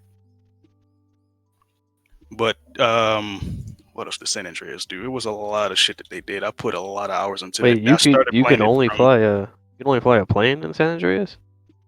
No, you can fly helicopters. Wait, no. Because I can't remember. I stayed on the ground most of the time. Yeah, because I remember I think you should have been able to do the same stuff you did in Vice City. Because I didn't really play San Andreas all that much, but I played the hell out of Vice City. But I remember you could fly all kinds of shit on there. I'd be spawning in all kinds of shit on the street. And I don't know why it felt like San Andreas was a long game. Maybe it's because I took a break at one point and then came back to it. It just seemed like it had a lot more missions to do because you went like around the entire map, basically. Dealing with the hood, dealing with the officers, dealing with the Yakuza. You was doing casino missions when you was robbing people in the casino. Game wars that you can do. Like if you was Grove Street, you could try to take the turf of the ballers, the purple people. What Who else? was you fucking with, Chef? Anybody I can kill. Hey, yo. It didn't matter what territory it was. I was taking it. So you just murdering people? Yeah. That's okay. Hmm Hey man. I think that was my first M-rated game that I bought. Ooh, that's a good. I don't know why my mother let me get it. I really don't. I wasn't crazy. even interested. But she let me pick it up. So I walked in What was my first M-rated game? on this guy playing like GTA 3, and I just seen like kill random people on the street. I'm like, yo, what kind of game is this, yo? It is jarring at first, isn't it? Like my best friend had it on the OG PS2, the fat PS2. I remember when the day he got it, and his mom bought him GTA 3, and he's just walking around with a shotgun, just capping people. Just Yep. capping But people. they, I'm but like, they ain't yo. doing nothing. What are you doing? Yeah. I'm like, yo. Yeah, What's my what's friends used to going be the on? same way. They come over to my house. I'd be playing GTA 3. I'd be playing. There was this game called Gun on the PS2 I used to play. Oh, Yo, that game was wild too. You could scout fucking Indians and shit. Oh Lord! Yeah, I that thought game Gun was was wild. in space. I always see the cover. I don't know if it was either Gun or Grand Theft Auto 3. That was my first M-rated game. You could scout fucking Indians and shit. Oh jeez. I think my first M-rated game was God of War, and I bought it with my own money because Lord knows my parents were not going to buy me an M-rated game if I'm underage. Yeah, nah. I think honestly, you know what's crazy? My mom would buy. She bought Gun and she bought all the like. She bought Gun, Grand Theft Auto 3, and Vice City. Those were the M-rated games I grew up on. But she wouldn't buy me God of War because she heard it had sex in it. Now, granted, I spent most of my time in a strip club when I was playing GTA. And you only get like one sex scene in the old God of War game. Yeah. One per game. Man, you barely even see them. Exactly. They're all QuickTime events. Yeah.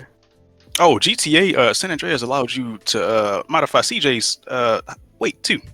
Yeah. Like you can get fat, skinny, muscular. Yo, You can have multiple CJ, girlfriends. It was a lot of shit that San Andreas lets you do. Like I guess I can see why they scaled back on those features for the next gen consoles, because I guess too many resources to be used or whatever type of programming went into it. The reason why they took some of those out, but yeah, San Andreas is one of my is the all-time game Respect. for me. Can't argue that. My number one for my top 10 games of all time. Smarty spoiled earlier in the chat. Yeah, it's gonna be very anticlimactic at the end of this show, guys. Marty's really talking too much, It really is.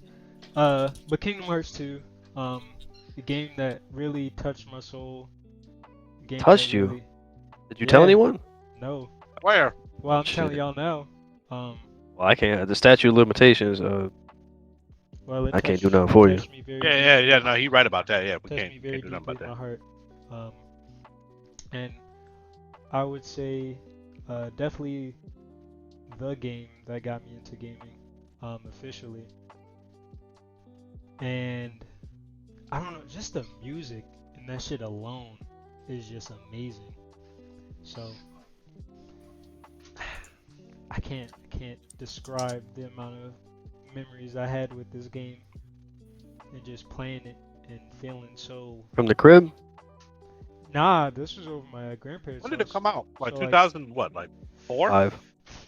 Okay. Well, it came out in Japan at 04 in like December, and then it came out in like March of 05 here. Yeah, but I had a PS2 over at my house, and then I had a PS2 at my grandparents' house, and I played Kingdom Hearts 2 over Two there. PS2s?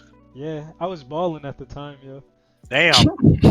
That's crazy. Must have been nice. You want to hear the story about how my parents stole my PS2? I had to shovel snow and cut grass for like 3.5 years to get a I PS2. didn't have to do none of that. Niggas just gave it to me.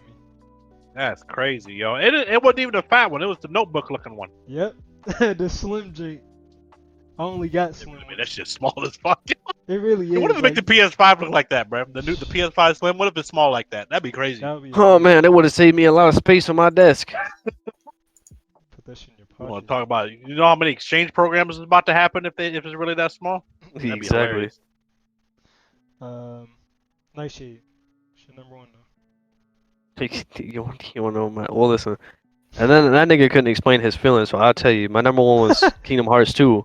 Oh, I'm gonna tell you shit. exactly why I love that game. Oh shit. I'm gonna tell you exactly why I love that game. Okay? Oh shit. Go ahead. Respect it. I respect That's it. enough said. Enough said. Right there. It really is, though. Nah, I mean, like, the music, honestly, like you said, that game had probably one of the best scores I have ever heard in I a don't video know game. what And then it else was is so topping diverse. that. It was something for everybody. Every world, I can remember the music, even if I hadn't played it since '05. Like, the music was just so good. The story, as a young lad, was great. It was phenomenal. I mean, I Eating it grew up up. on Disney. I grew up on all these movies that were in it. Kingdom Hearts 3 didn't really hit that spot like that for me because I hadn't even watched a lot of the movies. Like I've never watched Frozen in my life. I don't know nothing about You're that not game. missing much. You're not missing much. Yeah, I mean, I've never watched Tangled, but you give me Aladdin, you give me Hercules, you give me Lion King, It's Bruh. curtains. Lion King, bro.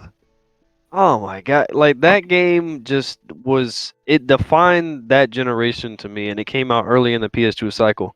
Like it's crazy, but I don't know, that game definitely changed my life for the better because I definitely wouldn't have kept playing games if I had not played that game. If I had never played that game, I would not be here today. No, for sure. Like I definitely would have wrote I this would shit be off as some drawing. nerdy shit and kept it moving.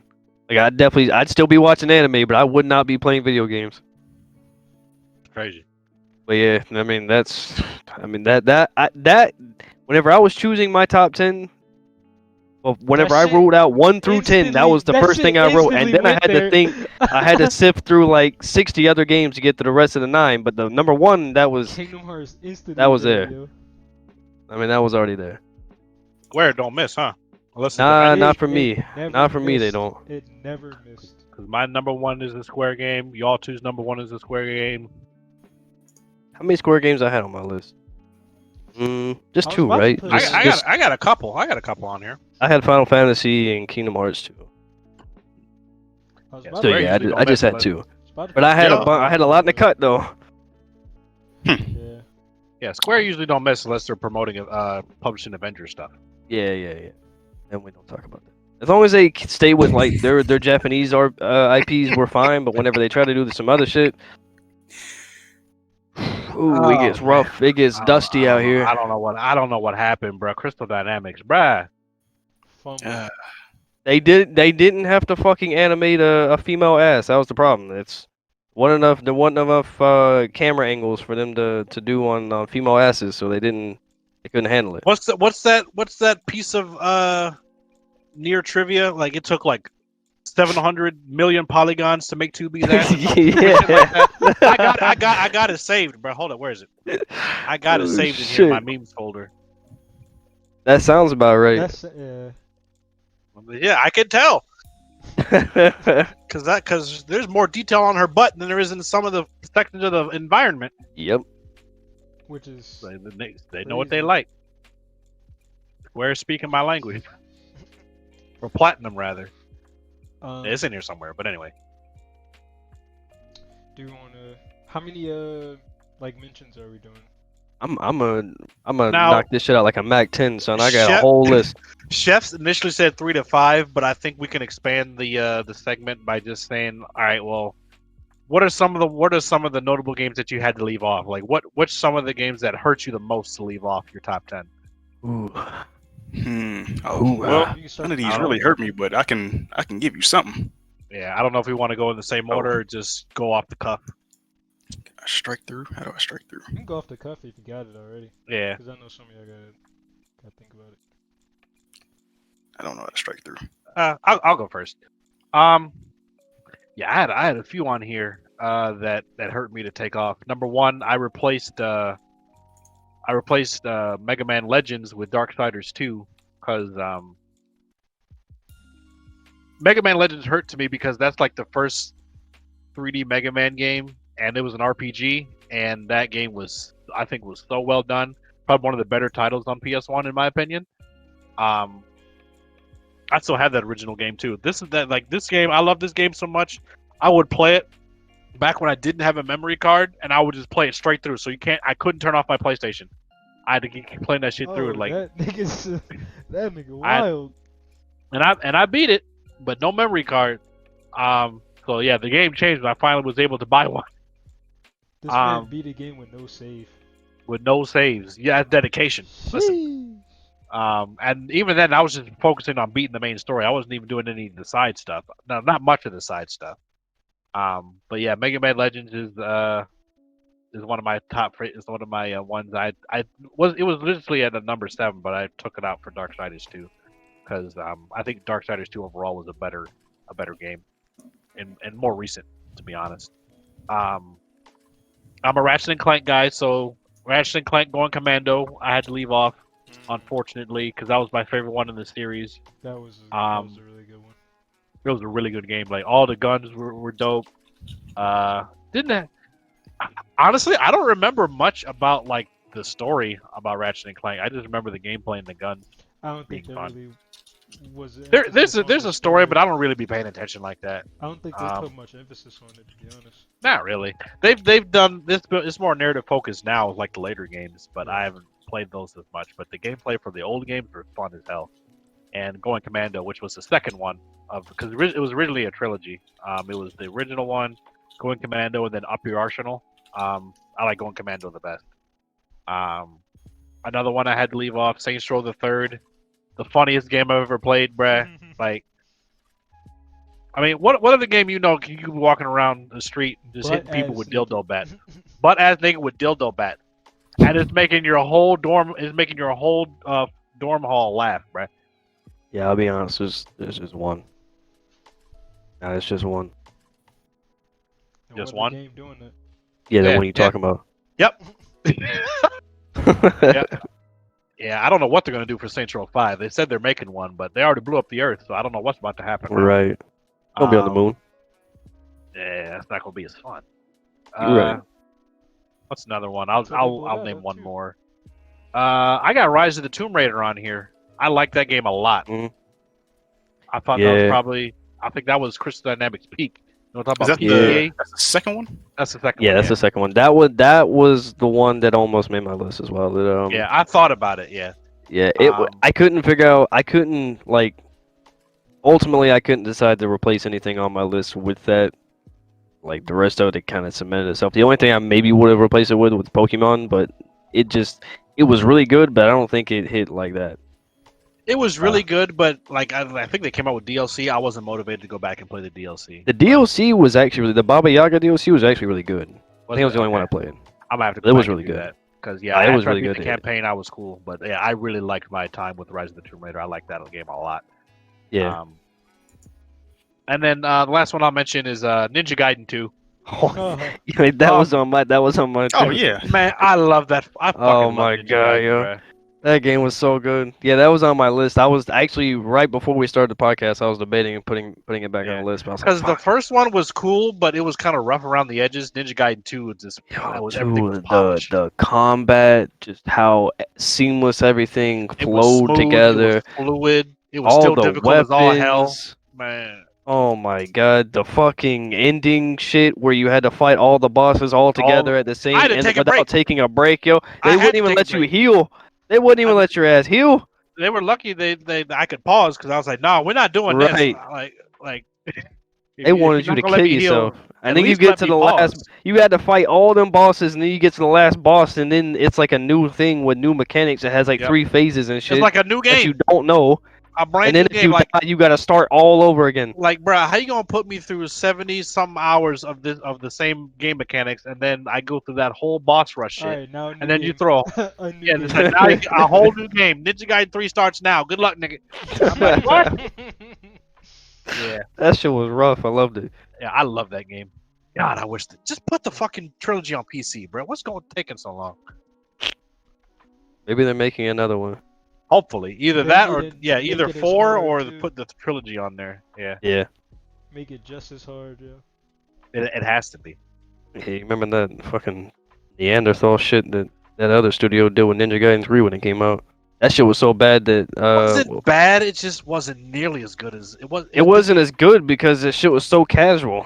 It like was you very could. casual. What I was was it? Was like disappointed. a it was like an execution thing. If you like.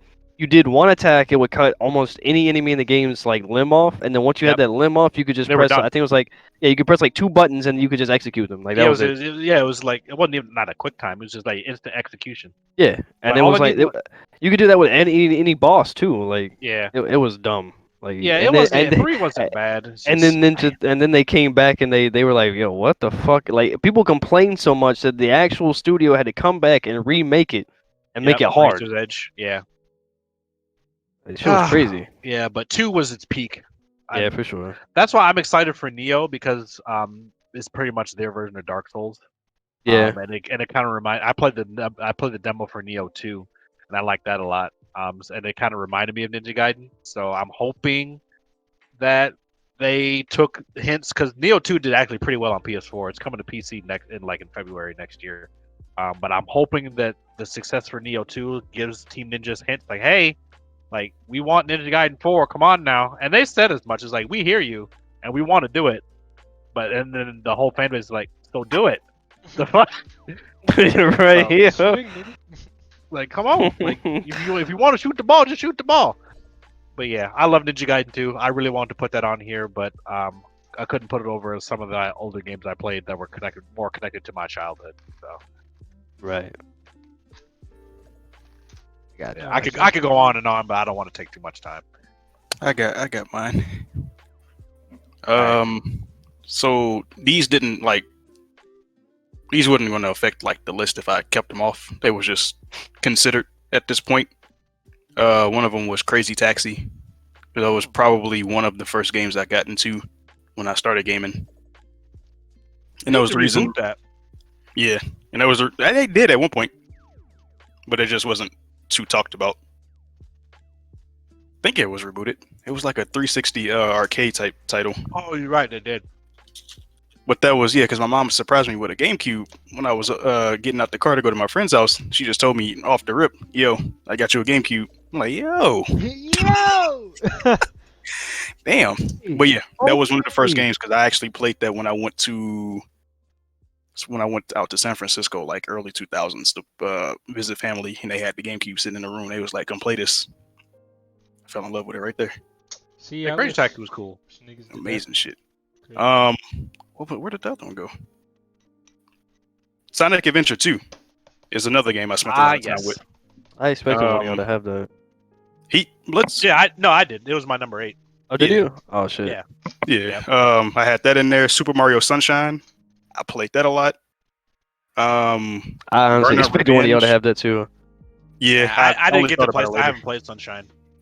Yeah, that was. I wanted to, but yeah, back I figured it would be either out, Sunshine or Galaxy for somebody.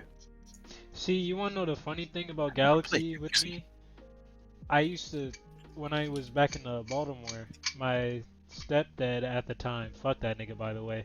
Shout out to him. I mean, fuck him. He was playing Super Mario Galaxy, and I tried to play it so bad, but this nigga would never let me play, so I never got a chance to play it. That's crazy, yo. What a selfish motherfucker. A bitch. Damn. I get the feeling that's the least of his transgressions. Least. The Man. least. The hatred. The vitriol. Oh, bro. Well, that'll be another episode that won't be aired. That's not even gonna be aired. But yeah.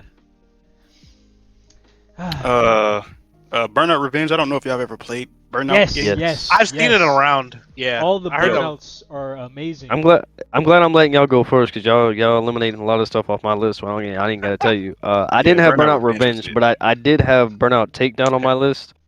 I feel like I love that game. Bro, listen. Any at the time I was playing a lot of racing games, and any game I could just crash into somebody and I got rewarded for it. Boy. That's why I like Revenge so much because I was knocking everybody out the race. It was like the funnest shit to do. It was like, well, I can't really remember Revenge because I mean they came like I played them both around the same time. So I know in Takedown, like whenever you crash into people, it would do like the slow mo thing. You just see their shit blow up. I'm like, bro, this is just the best thing ever. Yeah, Revenge had that. That was just beautiful to see that, and the Yeah. graphics look good for its time too. Oh yeah, that's what I was gonna say. Like the shit actually looked really good. They think that's what- remastered Revenge. Nah, No. they did Paradise, which is the one I don't like. The worst Right. one. That was I think that was the I'm first one they did seeing- that was open world. and it was Oh, like, you can there was do. no You can reason play. to that. I see. You can play Burnout Revenge on an Xbox One X with backward compatibility because it said because I saw Burnout Revenge remastered on Google. I'm like, they remastered it, and then it's like you could probably just play it with upgraded resolution and frames on Xbox One. Right. Oh, okay. Sheesh. Well, that's good to know. I could probably it was on PlayStation 2. Oh, I can get that. I do have that actually. Allegedly. Okay, now. Yeah, Yeah, I didn't hear that Burnout from you. Revenge. Burnout Revenge is a multi-plat, but if you want to do it through official channels, it's backwards compatible on Xbox. Okay, that'll be like I'll probably never get one of them Xboxes. Not for Ever. the price they're asking for. Nah. Not when I got a PC. True.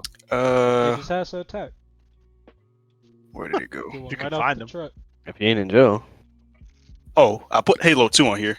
I didn't mention this for Gears of War 2. Gears of War 2 is the second game that I beat on the hardest difficulty. Like the hardest difficulty that they can offer. I beat that with somebody else in the Xbox party, and Halo 2 is the first one I did when I was playing split screen with one of my friends when it came out. Halo 2 was more fun to do with the hardest difficulty than Gears of War 2. Gears of War 2 was on some bullshit. I least actually 24/7. I actually beat Gears of War 1 first on the hardest difficulty, and then I went and did Gears of War 2.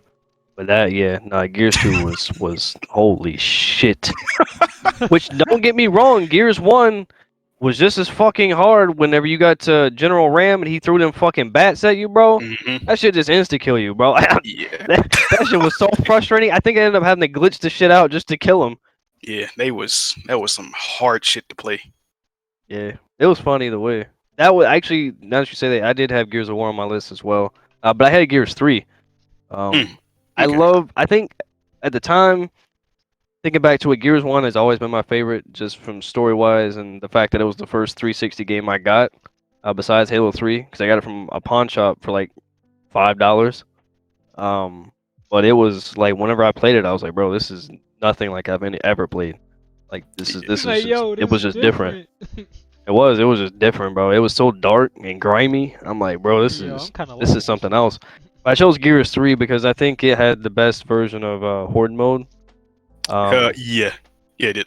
Yeah, That's where you can start doing the Yeah, you could build your the barriers and defenses shit, and yep. yeah. I think it had the best version of that. Granted, it wasn't as polished as I would have liked. I think they did a good job at polishing it, like Gears 5. But Gears 3, it was the conclusion of the trilogy.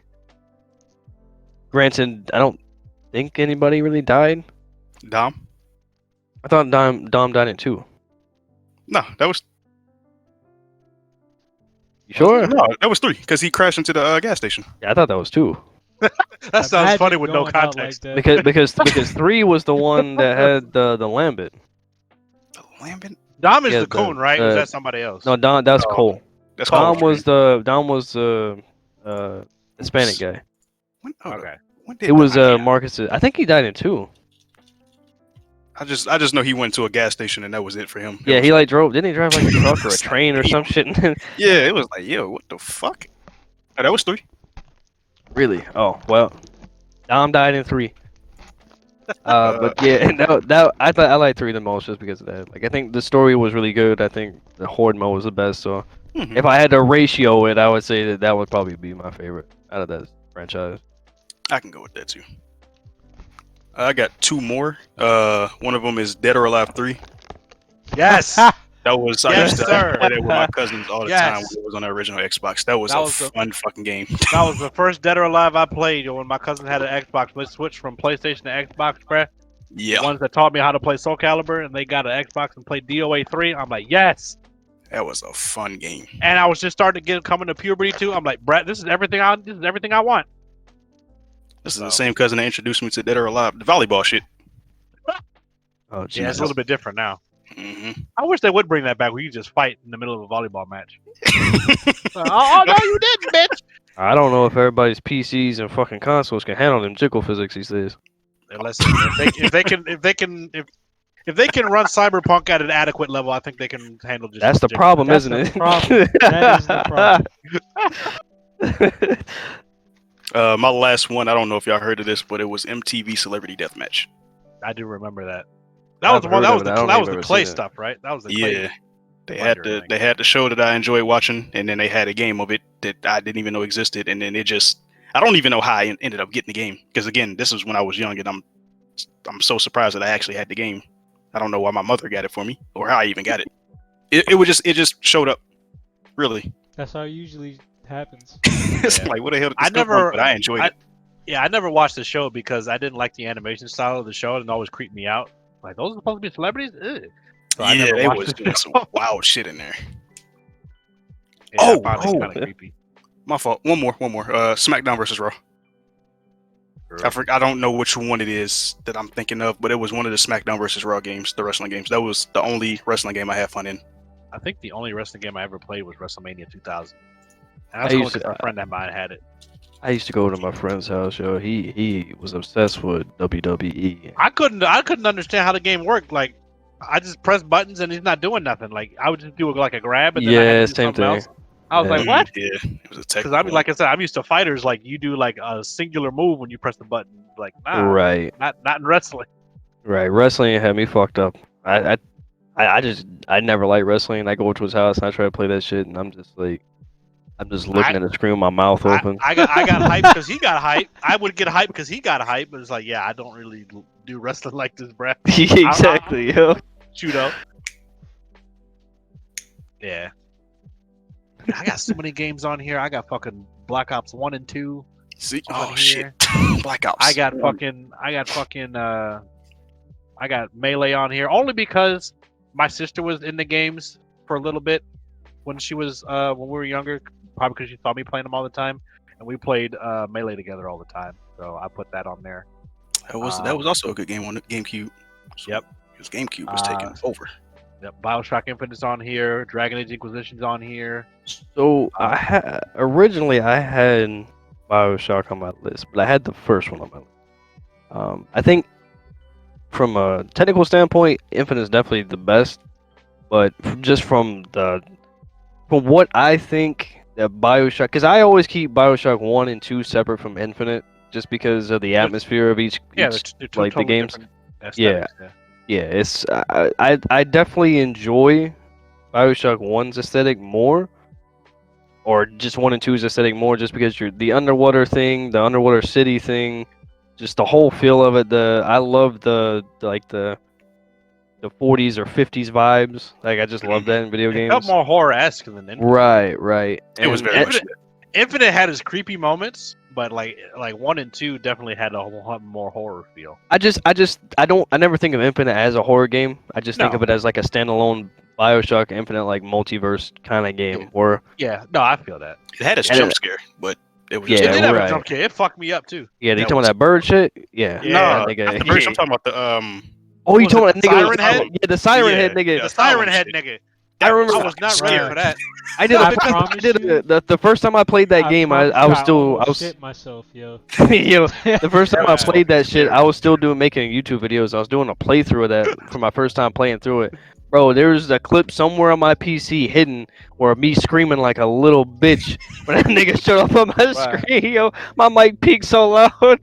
I remember that because the atmosphere was because the atmosphere leading up to that was done so well. Like, like when you were walking through that old, I don't know if it was a museum or something, but it was all quiet and dirty and bloody and shit. Yeah, I think it was an asylum. Yeah, and then like some fucking wheelchair with the head is just rolled up out of nowhere out of the darkness. I'm like, I'm not going over there. The fuck? Yeah. And then I finally got to the thing, and then the fucking nigga, the Siren Head nigga pops up, and then like I said, my roommate was playing like Call of Duty or something. He was talking, and he was in a Xbox Live party chat. And then all of a sudden, you hear on his mic, you just hear somebody go, "Oh!" And that was me yelling at the fucking Siren Head nigga. I was not prepared for that. I was already on edge, bro. I'm like, "Excuse you?" I was not ready, bro.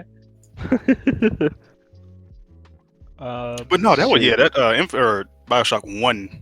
It creeped me out when I was playing it throughout the whole time. But once I got done playing it the first time and I went through and played that and then BioShock 2, I was like, oh, I'm used to this, but it's still creepy as shit. I need to Listen. play it. I have the collection on the console. I should probably just boot it up. And It's play it. very. It's The very only worth it. thing that would still scare the shit out of me in that game after playing it through multiple times with the Big Daddies, when them niggas would show up out of nowhere and just start beating your ass with a drill and shit. Mhm. I mean, there's nothing you could really do. Just run. Is it like Nemesis, where you just like you kind of just like something that needs Well, to there's be there's like, multiple. dealt with? There's multiple of them. They just be around protecting the little sisters. Right. And it's like you get like power ups from getting the little sisters, and in order to get to the little sisters, you got to beat them niggas. They some brought it's like fighting sectors, like it's niggas in Power power armor, suits. bro. Like it's rough. That's funny. It's rough. Yeah, I feel that. Yeah, I should probably play those. I would get them on PC, but I heard they're like really buggy on PC. I haven't really played them on PC. Infinite, or you talking about the original ones? Yeah, 1 and 2. Oh, I haven't tried that. I haven't tried. I heard that one of them. I think it's 2 though, because there's 2 different versions on Steam. There's the remake versions, and then there's the original versions. Right. I think the remake versions had issues where they would crash a lot, but you have to look into it. Yeah, I might do that. Who Yeah, I played? still got a lot of games on here. Who played Need for Speed Underground? I did not. I saw friend Marty of put mine that had in it. there. Bruh. Yeah. I played that. I feel like the driving in that game was so good. That was like peak drifting. Yo. Yeah. Drifting in that game was the best. I think the only racing game I ever genuinely enjoyed was San Francisco Rush. And that's older. I thought you were gonna say Midnight Club. No. That's Nah. a game I haven't played. And everybody keeps saying it's I the didn't touch best. it. I the San Francisco Rush. Oh, Midnight Like, Club? my buddy had it. Yeah. It's alright. I didn't like it. I I don't like also it that played much Need for either. Speed and Burnout. I don't think I finished it. Y'all don't get down with Gran Turismo? Hell no. Hell no. Hell no. I That hate shit I was hate that trash. shit. I don't think know. any of those games have ever been I've good. I don't understand why they're tried- so hyped. I guess tried it's that because it's a PlayStation It's- exclusive. It's Sony's Forza. That's why. Like Yeah. that for a minute. It was that was I think because what Gran Turismo came out when the PS3 was like in its glory. 4? I couldn't tell you. It Or might have 5. It may 5, have I been think. 4 or 5, but I remember in a point in my life where I didn't have any internet, and that was the only game I had. So I had to get good at that game. It's not a fun game. That's tough. Both Forza and Gran Turismo are not fun games. I think Forza's really good because they actually I want Like, to play the new improved over each game, whereas Gran Turismo is just the Forza. same It's shit. just the same shit. And as Wolf would tell you, Forza is better than Gran Turismo because they actually care about the technical side of shit. Like, whenever they go in depth, they go in fucking depth. Whatever you could do with a real car, you could do in Forza. Whereas Gran Turismo, they just kind of play with the shit, and they give you some options, but then they would like leave the rest to the side. Like they didn't actually. It felt like they didn't put any effort into it. Just a Yeah, blueprint I game. actually had a Need for Speed game on my list at one point. I had a Hot Pursuit 2 on there. But that was just a game I played until my PS2 like laser burned that shit. Like I played the hell out of that game. But that was like one of the first racing games I had. I could have put a NASCAR game on there for you guys. I played one of those. NASCAR. Actually- Oh lord. You don't gotta do that. I was actually actually. forgot about a game Oh shit. that I was supposed to put on my actual list. Oh, shit. yeah? I could replace Borderlands 2. I can take that clean off the list if I really Oh really? Def Jam Fight for New York. One of the greatest fighting games I ever played in my I life. was actually surprised y'all didn't have that. I'm mad that I was forgot too. about it. I thought somebody was I'm gonna say it. really mad I forgot about it. Nah.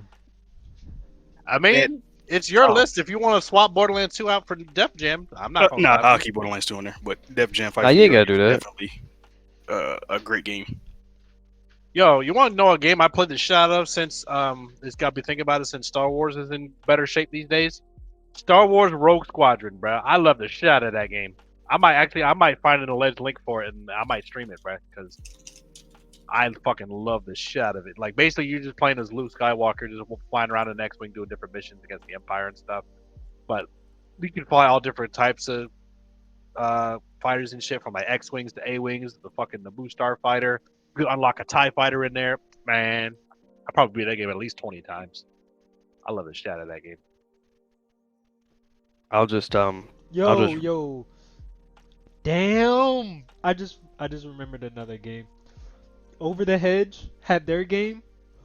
That shit Bruh. was amazing. Kenpachi. Hedge, what the fuck? Kenpachi. Overhead- Like, listen, I over the played hedge. that The game. movie That was shit- alright, but the game though. That game. Listen, I played the game. I don't know what the if you fuck he's play it talking in about. co-op, I no, don't know no, what the no, fuck you're no. talking about, bro. if you play it in co-op, that game is Wow, we got our amazing. first Come on, controversial bro. pick of the You night. play I it don't in know, man. You play that game with co-op, yo. It is. Oh Amazing. yeah, what it do for you? It's amazing. Who'd you play Oh, co-op that's with, crazy. I man? played it with my cousin. I would play with my cousin all the time. Oh shit, y'all go over the hedge? Yes. That's crazy. Oh my That's goodness. crazy. The movie was Hey, alright, but I the don't game care. though. The game and the movie, I both love. Or they're Okay. amazing. That's Alright. over the hedge. This Oh, thing went shit. over the edge. Bruh, I forgot about Bayonetta. Damn. Dang, look at dang. See, it's too many games, bruh. There do be too many games. It's too many good games out here. I had They let's all see, come from before 2018. Yep. yeah. Yeah. Most of them. I had let's see, like, from the top, I had Assassin's Creed 2. I was playing with that. I like that. I had Guitar Hero World Tour. I played a lot of guitar. I played all the Guitar Heroes before that, but World Tour. I mean, they gave me drums. Like the fuck. Why do you say like they gave me drums? They gave me drums, bro. I mean, it wasn't just about guitars. They gave me drums. Let me beat my soul out. I had Twisted Metal. I had. Look like my man from yeah. Whiplash. Be I had, bleeding all over the cymbals and shit. I had Twisted Metal 4, which is another PS1 game. That shit was great. I had Spyro, obviously. I had Dark Souls 3. Let's see, I had Gun, which I told you about that. I did have Vice City on there. I played with that. Ninja Gaiden 2, Burnout, Need for Speed. I actually had Battlefield Bad Company 2 on there. I'm surprised Chef didn't have that on his list anyway. Yeah, I was too. I kind of figured he'd have it. That's why I didn't like put it I on said, my some list. some games that I forgot. Battlefield 3, God. No, I would do Battlefield Bad Company 2 over 3. Yeah, I would. I too. just love That's the why Bad I had it Company on my list. series more. I haven't played. Yeah. I never got a chance to play that game. It's so fun. It was fun when it was populated. Right. Let's see. I had Tony Hawk Underground, the first one Yes, sir. on there. Oh, Tony Hawk Pro Skater 2, man. Yeah, I thought about Pro Skater 2, but I got to play Underground in Iron Man suit, so I mean that kind of made it for me. Fair enough. I had Warframe on my list, but I kind of tried to stay away from live service games for the most part on my list because I feel like in 20 years from now they won't define how I feel about video games. So I just kind of stay away from those. should. I had Devil May Cry 3. I played back and forth between 3 and 4. It really don't matter. They're both great games. I give the edge to 3. I haven't played 4, but I'd give the edge to 3, but I can't Yeah, argue. replayability I give it to 4, but overall I give it to 3. I had Sly Cooper 2 on there. That game was great just because you got to play as all the characters that you got to see and like Man. talk to. And Sony had the fucking trifecta bro, back in the they day. had- Ratchet and they- Clank, Jack and Daxter, and Sly Cooper. Oh, bro, they had an animal thing Where's going that on. It Sony was at? working. It was Where's working. that Sony at? They could have Bro, took out Nintendo. I'm telling you. Listen, dog. Sony in its prime made it fun to play with a turtle in a fucking wheelchair. Okay, like listen, bro. Sony was They in had a the bag. They had had it. everything, bro. What I don't know what happened? happened. I don't know what happened. Oh, And now look what we got. We got fucking Last of Us. Oh, shit. yeah. We I don't could- want to be depressed. And then going into like a little bit of the more recent stuff, I did have Persona 5 Royal, but I didn't put that on there because I haven't finished it. I'm at the end of the game, but I haven't finished it yet. I had Apex on there, but again, live service game. Try to stay away from that. I think the oldest game I had on my list was Galaga, and that was at number 10 for the longest fucking time. Showing your age. Holy shit. I didn't even go back Yeah. that far. Yeah, no, I went back pretty far. I mean, like I said, I didn't like when it came to hardware and things I got to play on. We was the hand-me-downs. So Fair enough, because if you're going to put Galaga on there, shit, I'll put Space Invaders on there. 'cause that was my- yeah, I played that too. Yeah, I played a lot of Galaga, and then my last one was Age of Empires 2. I still play that to this day. I hear that's good. Yeah, I mean, there's a reason why they keep trying to sell it to us over and over again. That's just like Skyrim. Yeah. But yeah, that game's great too. If you like those kinds of games. But, I mean, have that, Civ 6 when Epic was giving it out on for free. I might try it. I think I have Civ 6. I used but to I play haven't like played some it. RTSs like that before. Yeah. I might. Yep. But I think that's after I eliminated like and got it down to that many games, out of the 60 something, that's pretty much what I had decided to put on my list to leave off. I'm glad you mentioned Bad Company too. I forgot about that game, man. Banjo-Kazooie! Oh my god. That's just a great fucking game. Yeah, Bad Company 2 was really good. Yeah. Oh man. Remember back when they had real campaigns? Which granted, the new Battlefield campaigns are good, but they're not original. I'm about to say, aren't And they it seemed like overshadowed by the they multiplayer? scaled back on destruction after They Bad did. Company 2. They did. Did It's anyone play the King Kong game? Yes, Yeah. I played a Yo, little that bit. shit movie was with scary, Peter yo. Jackson's. That shit was scary. Oh my god. I finished it, but jeez. Well, It was like it's like 10% of movie license games that are good. Yeah. Yeah. It's weird I got like a lot of them for some reason. Like I don't know where Well, I got them from. The 2000s movie games are really good, and then you got to like the Shrek games and shit. it started going downhill once you started getting into like the 2010s. So I remember The like Shrek the Iron, games were fun. Yeah. the I'm Iron not Man gonna 2 lie. game that came out with Iron Man 2 was fucking Oh trash. my god. Oh no. Oh, it was a Shrek fighting game that they had that I played. To my Shrek Smackdown. What the hell was it called? It was hold up. I'm It gonna was find Shrek Smackdown or some shit. it. Super Slam. Hilarious. Super Slam, that's what it was. Yep, I played Yeah. that. Believe? Yeah, Super Slam. That was it. Yep, Wait. Super Slam was fire. I like that one a lot. I was good at it. Kinda cheesy, Xbox. but- yeah, Xbox. And then I had Prince of Persia on my list as well. I actually had a Castlevania on there for a while. I couldn't decide on one, so I was like, fuck it. I played Prince of Persia for a little bit. It was cool. I just didn't beat it. I don't know what they doing. I with this played a remake. little bit of it. Man, you know exactly what they're doing with this remake, Jeff. They're trying to get a quick buck, but then they put out that trailer, then thought people weren't gonna notice how bad it looked. You're damn right you pushed it back. So, yeah. I did have one question before we start to wrap up here. So if we did the same topic again, like say 10 years from now, maybe not even 5 years from now, but just to say like after a generation removed with these recent games, do y'all think you would struggle coming up with the top 10? No. Nah, because I think Nah. Kingdom Hearts 2 would still be on there, so I'd Yeah. have somewhere to I start. think Kingdom Hearts would still be number one to be I honest. guess maybe if it wasn't all time, like say Right. top 10 games of the decade for where we're at right now. Say it's 2030 and we're doing a top 10 games of the 2010s 20? or something, or 2020s or something like that. Oh, that'd be too easy. That'd be a breeze. So which 10 live service games do you want? That's what I'm saying. It's just like That would be too easy, actually. God of War would still make it to the top. Honestly, I think I would have. Yeah. Which one, Chef? Because there's gonna be 5 of them by then, so only gonna keep writing this shit. Whichever one they decide to. Oh shit, it's the Norse one next. They don't. Uh huh. See, they tease so many damn anthologies in God of Yep. War. Yep. did they? Yeah. They had the Celtic, so the Irish shit. I ain't even know they had a anthology. Samurai Why am I shit. they teased it in Egyptian game. I shit. can't remember. It was a short section. Once you get to Odin's room or whatever he had, Mhm. it was a little piece of a door that Oh, was just sitting on the wall. Yep. And it was like the 4 different hieroglyphs? symbols. The hieroglyphs. Yep. Oh, Something like that.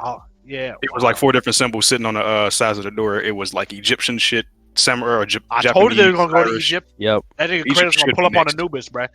Egypt should be next. You gonna be the Scorpion He King? did say that. Oh shit. I hope it has better CG than the Scorpion King. That would yeah, be a nice ass fight. Hold on. You know what? I think in 2030, if you told me to make a list, I think I'd actually have Cyberpunk on. That's kind of where I was leading into. Is like, how do you, when it's all said and done, will Cyberpunk make any of these lists? I hope so. To be honest, if I had already finished the game 100% and done all the side quests, it would probably would have been. I on my think list I this think time. it will. I have like 70 some hours on the game. I think it will. all It'll get bugs and all the technical issues aside, there's still a game in there. It's still good. This is the game. This has been a long time since I played a game where I have to mentally prepare, and plan out how long I can actually sit down and play a game. Yes, because if I absolutely. don't, I'll end up playing it for way too fucking long. And then it's also the first game where I tell myself I shouldn't play this right now because if I get on it, I'm going to stay on all night till like 6 in the morning. Yep. And it's been a long time since I felt that way. So yeah. So I mean, when a game makes you feel like that, it's like become attached and it ends up being a Kingdom Hearts where you can't let it go. So all that, despite all the bugs and the technical issues, the crashes, and the supposed lawsuit that's supposed to come through now, I think CDPR will be fine. I think Cyberpunk will be fine.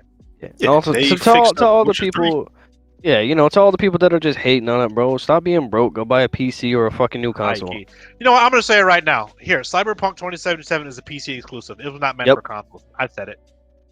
Y'all, Sony and Microsoft niggas don't deserve it. This is a PC. This was really supposed to be a PC only. Nvidia, AMD, gang. CD Projekt was just trying to be nice and trying to bring everybody in to the party. Some niggas need to be outside the club, bro. I really wish that they tried to do that because I feel like it threw off their original objective so much. Honestly, would y'all have really been upset if they had delayed it into 2021? I know Chef didn't care anymore because he'd already. I know for me, it was like, you know what? I don't care when the game comes because I've seen enough where I'm interested. I don't care when it comes out. Just make sure it's good. I would be more happier if they delayed it again. Yeah, I had already predicted, because I said this before the game came out, the hype for me has never been to that level with this game because I've been disappointed in games like that before. So I went in completely blind, not really knowing much about the game in general. And not being that hyped for it, so that way, if it did turn out to be like one of the greatest games of all time, it would just make it that much better. And going into it with that mindset, getting what we got, even with the bugs, the game was still incredible. So, I mean, if they would have held off for another 6 months, I think I would have been fine. I would have went to it the exact same way. I think so too. It's part of me would have been indifference. Part of me would have been just because usually when I get excited about stuff, I usually maintain the same levels. And did I fall into the hype trap a little bit? Kind of, sort of, a little bit. Because I would be hanging on every word from every Night City Wire and all that kind of stuff. But if they had delayed it, say, to spring or summer of 2021, I wouldn't have blinked. I would have said, okay, fine. You know what? Just do what you got to do. I trust you guys. Just make sure I actually get the game. Yeah. It also helped that I got the game for free, but I think the first major patch is coming in next month, and then the first round of DLC is supposed to be coming in soon too. So, and that's gonna be free. They set that off a year ago. I gotta finish this game. Yeah, I need to do too. I'm actually like you just said that shit. I'm trying to schedule some time in my head. It's like, all right, it's about 10 o'clock now. I want to get at least a good hour in, so I need to budget my time so I can get some stuff in. Then again, I don't got to work tomorrow, so fuck it. That's what I was just saying. I ain't worked all week since Monday. Yeah, but I got some other stuff today I got to do. I got to see the new banner and DOA and all that kind of stuff. So, but yeah, all that being said, Cyberpunk is fine. It's a PC exclusive. Y'all console niggas didn't deserve it, so y'all can be mad if you want to. But I'm having fun, so fuck y'all. Really, because just this is the most invested I've gotten into a game since Nier, brother. Me and each other about fucking story elements and shit, yo. It's fucking wild. Yeah, I haven't been this enthralled in a game in a while. So that being said, doing something right. That being said, bro, listen, I don't know because I'm not far enough into the game, but from everything I've heard, you can only romance so many people, but they let you choose the size of your dick. I feel like it was missed opportunity, bro. I'll put it like this: the number of valid romance options is directly proportionate to the customization options of your dick size. Well, listen, bro. If I'm gonna make myself a tiny dick, which I did, I want to be able to displease as many people in this game as possible. Yeah, I will say I hope they do some major. I hope that's gonna be part of these major updates. Cause I do think there's some missed opportunities there. I don't know how much work that would take to add in new options off the cuff, but if we know CD Projekt Red like we do, their expansions are fucking huge. So I mean, they can add all kinds of shit. Oh, I told you, bro. I told Kenpachi I better see the Pan Am Chronicles. Yo, as a DLC I'm not listen. I want to see the tale of River Ward, bro. That cop with the one earring and the one eye. I like that nigga. I like his character design. I want to see the tales of River Ward, bro. I want to ride with him for a little bit. Damn. I wonder how they plan on doing it because of the different endings. Or do they just That's plan what I'm on? saying. That's a good question. It could just be. It might not be like a Witcher style DLC. It might just be like a spin-off type deal. Like an episode, like a Ballad Yeah, of Daytona yeah. or something like that. Yeah. Because I'm telling I'd be you, down with that. I'm telling you, Yeah, we know. be This out. nigga Kenpachi's more enthralled with out- Pan Am than I am. Be going out to the East Coast, traveling. And this is coming from the guy that already made up a sequel in his head. Because I already have my own headcanon of how this game ends. Mm-hmm. So I already got the shit. Yeah, I mean, you the know, game- you got a few shits off. All right. Oh, look at this. The funny guy. Ha. Ha. Listen, bro, you've been horny in my ear over this fictional character for Over like these 2 weeks, pixels. bro. Yo, Listen, I don't want to hear it. listen, hey, You hey. met her, right, Nightshade? And yeah, I just finished her quest line. I just, okay, I did my best. I don't know who was in the Discord whenever I was going through that shit. But like, I think it was you, because I kept saying like, bro, like this game wants me to be horny for her so fucking. Yeah, that's like right, every yeah. fucking dialogue chain was like, yo, be horny, be horny. Yeah, yeah. Do it. Yeah, Do it. I mean, honestly, yeah. Like I said, I think we were talking about it like yesterday or 2 days ago. Like, honestly, that's the only option you have if you're a straight male. Yeah, pretty much. They just kept throwing it in my face, and I'm like, okay. So after a while, I was Jesus like, you know what? Christ. You know what it was? How I got enamored with it? I was like, because they kept throwing her in my face. I was like, all right, I'll bite. I'll shoot my shot with her.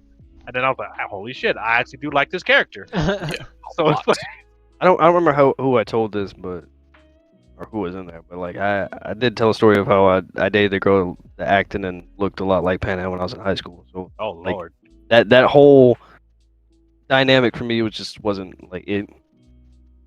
it's fair. She's not gonna be for everybody, but at the same time, you don't have it's kind of slim pickings because Judy swings the other way. Because you ask Mario, he shot his shot and he got gunned.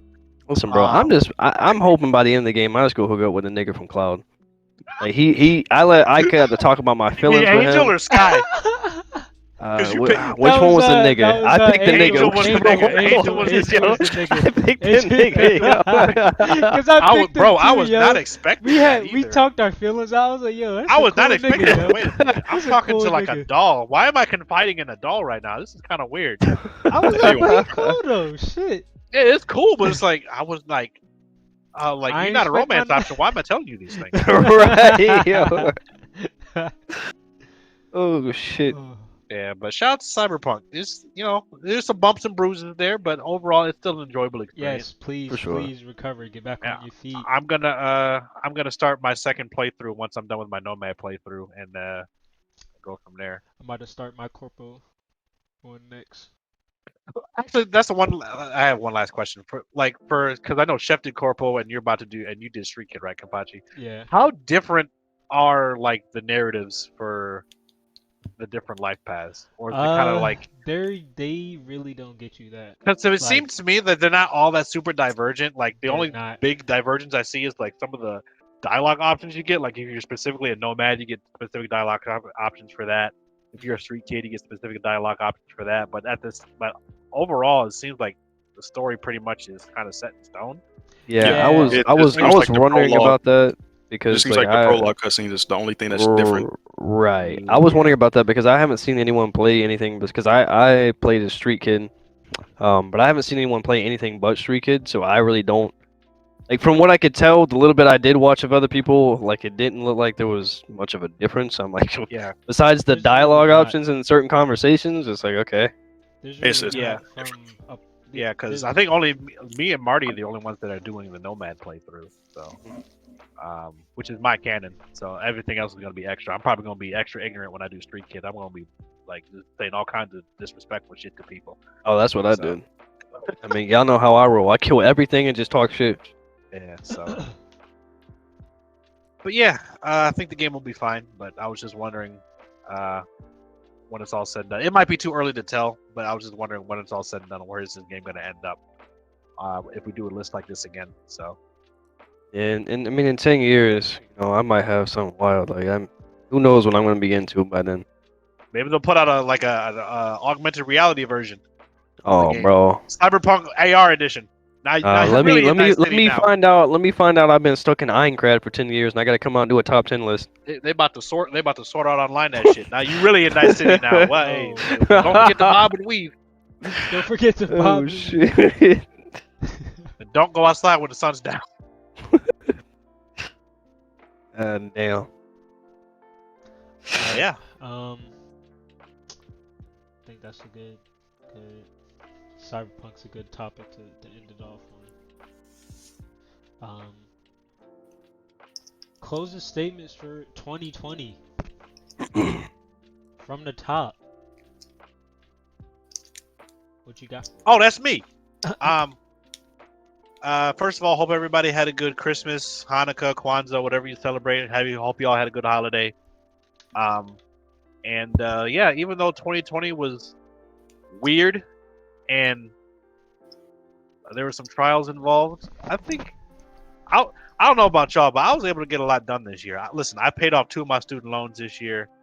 I was able to move into an apartment. Wait, actually, no, that was 2019. Never mind.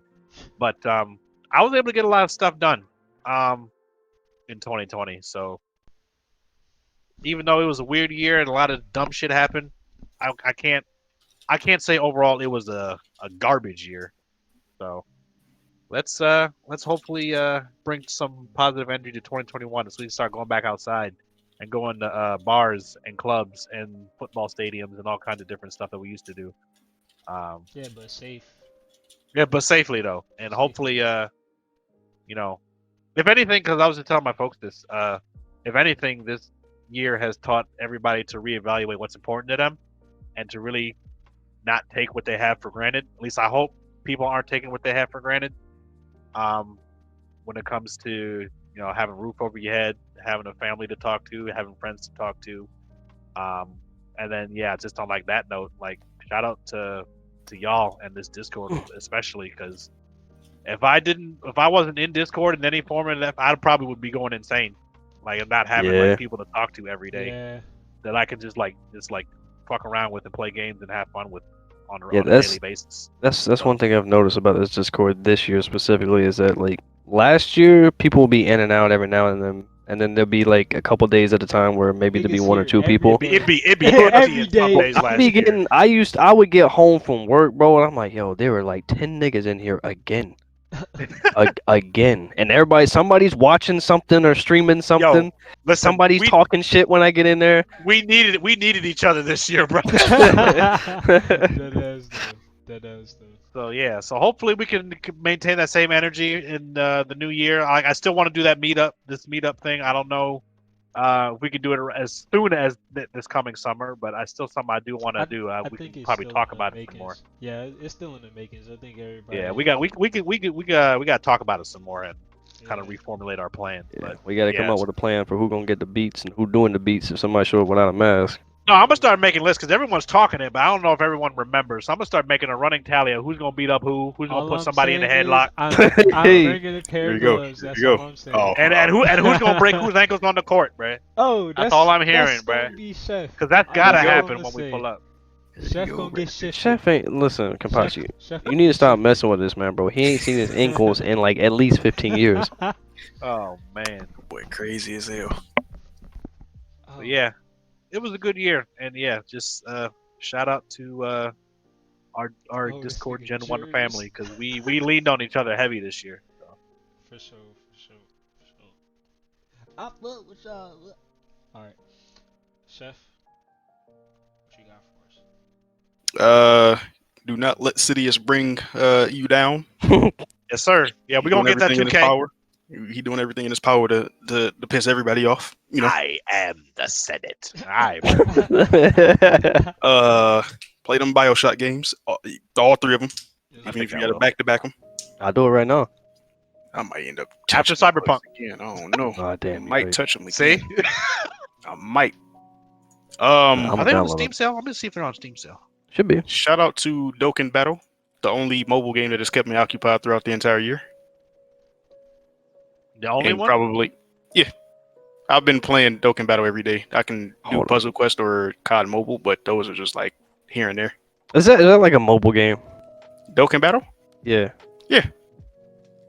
Dokkan Battle. I Mobile- don't even know what the mobile fuck gacha this game. game look like. Dragon. Yeah, This is Dragon Ball. It's a Dragon Ball game? Yeah, Dragon Yeah. Ball Z Dokkan Battle. That's what it's called. Shit. That's what Yeah, I'm It's yeah, simple. Chef's been on it like I've been on that DOA gotcha game. So I yeah, was we both had our wondering- mobile game. I was wondering what Chef was into that Mitch was also into like that. Yeah, I got me back into it. I was playing it when it first came out in 2015, and I stopped playing it because it was a gotcha game. I didn't have the money to be buying shit, and then I was able to buy an account with a head start. Yeah. I was You a like, stronger man than me because whenever I didn't have the money to play gotcha games, I was still playing them shits, and guess what? Niggas wasn't eating nothing neither. shit, Nigga, I that learned ain't my today. lesson. I learned my lesson. Goddamn, I ain't dropping no more hundreds at one time on a mobile game ever again. I'm gonna get Bioshocks 1 and 2 for on Steam. It looks like they're on sale. I'm just gonna go ahead and Yeah, grab them. get those and play those. You will enjoy them.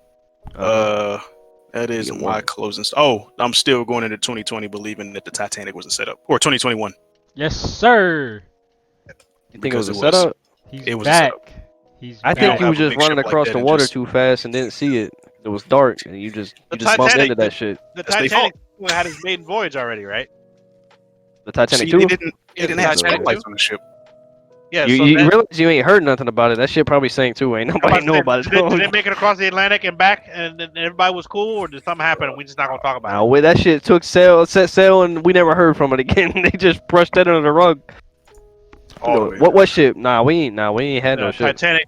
The iceberg heard Titanic 2 was coming out today. Shit, let me make a comeback too. Alright, Shout out to gaming. That's my closing statement. shout out again. Yes, Gaming and many is like- more. Yes. Because I'm not giving this shit up. Nice shade. What you got for us? What I got for you, huh? Listen, bro. It's been a very long year. In which case, I really haven't got to play many games or enjoy anything that I actually enjoy, because I spent most of it working. So hopefully, 2021, I'm able to turn that around and do the opposite. Maybe beat some of these games that I have on backlog. And I probably won't. I'll probably end up doing the same thing. Hey, you can't say that. You gotta. Well, It you all gotta know depends. yourself. Yeah. You gotta know yourself. I know me. I'm a workaholic. I'm gonna keep doing it. But I'm gonna try to squeeze in some more of these games. I'm gonna try to beat, Cyberpunk, so I won't consistently get spoiled by all the games that I would like to play. Because that should just come out of left field. Yeah, At any Aaron's streaming moment. it right now. I'm not going in there. I'm gonna have to mute him too because I don't want no spoilers. Exactly. It's hard to be in there when niggas playing games that you want to play and they like 80 hours ahead of you. Yeah. But yeah, I mean, I just want to play more games this year. I want to do more things that I enjoy doing instead of coming to the end of the year and realizing that I beat maybe 2 games the whole year, and then the rest of the time I was just playing like live service games or multiplayer games. But I mean, yeah. So here's to a better and more inspiring year going forward. Yes, sir. Yes, sir. Close statement. 2020 as a wrap. It was a busy year. A lot busier than I thought. Lots of weird ups and downs. Yeah, I would call them ups and downs, and left to right, and a lot of roller coasters, internally and externally. It was just, it was such a weird year, but also at the same time, I felt so stable within myself. If that sounds like weird. You was able to keep your head above water Yeah, like. because the water was rising this year. Yeah. In 'Cause, a in the summer, I was like, man. Yeah. Yeah, bruh. I really thought niggas was gonna be dropping like flies in the summer the way the pandemic was going. I'm like, Right. bruh, like I thought I was waiting for my moment. I like had my casket remember, picked out and everything. shopping would I would fear going to the Yep. store for groceries. I'm like, man, Bro, I had to look for a job. Like, I'm like, all right. now he a fed. Yeah. But nah, it's just like I'm really grateful for my resources, really grateful for my people, really grateful for myself, and I kind of have to find this year I found out that it's okay to be grateful for yourself. It's okay to be not necessarily selfish, but to be like, yo, like I deserve this. You gotta look out for yourself because ain't Yeah, nobody else going to. because really, like, and 2020 has really showed that to me. Like, it's everybody fighting a different fight, and it's not gonna make sense to everybody, but like we can at least understand each other on the matters of like you're your own person and you doing your own thing. So, just True. 2020 just really shined that light upon me, and it was like everybody said, it was a very fucked up year, but we here now, so let's enter 2021 with our heads up high. That's it from Manslayer Kenpachi. You ain't got Good thing RL not in here. You can start laughing. Manslayer, slaying men. Oh lord! Shout out Alright. RL GFX. We need to get his ass on the podcast one day. That'd be chaos. That shit, oh man, fucking amazing. Gotta get more niggas that talk. So Yeah. Alright. we'll figure it out. 3, 2, 1. Toodaloo, nigga.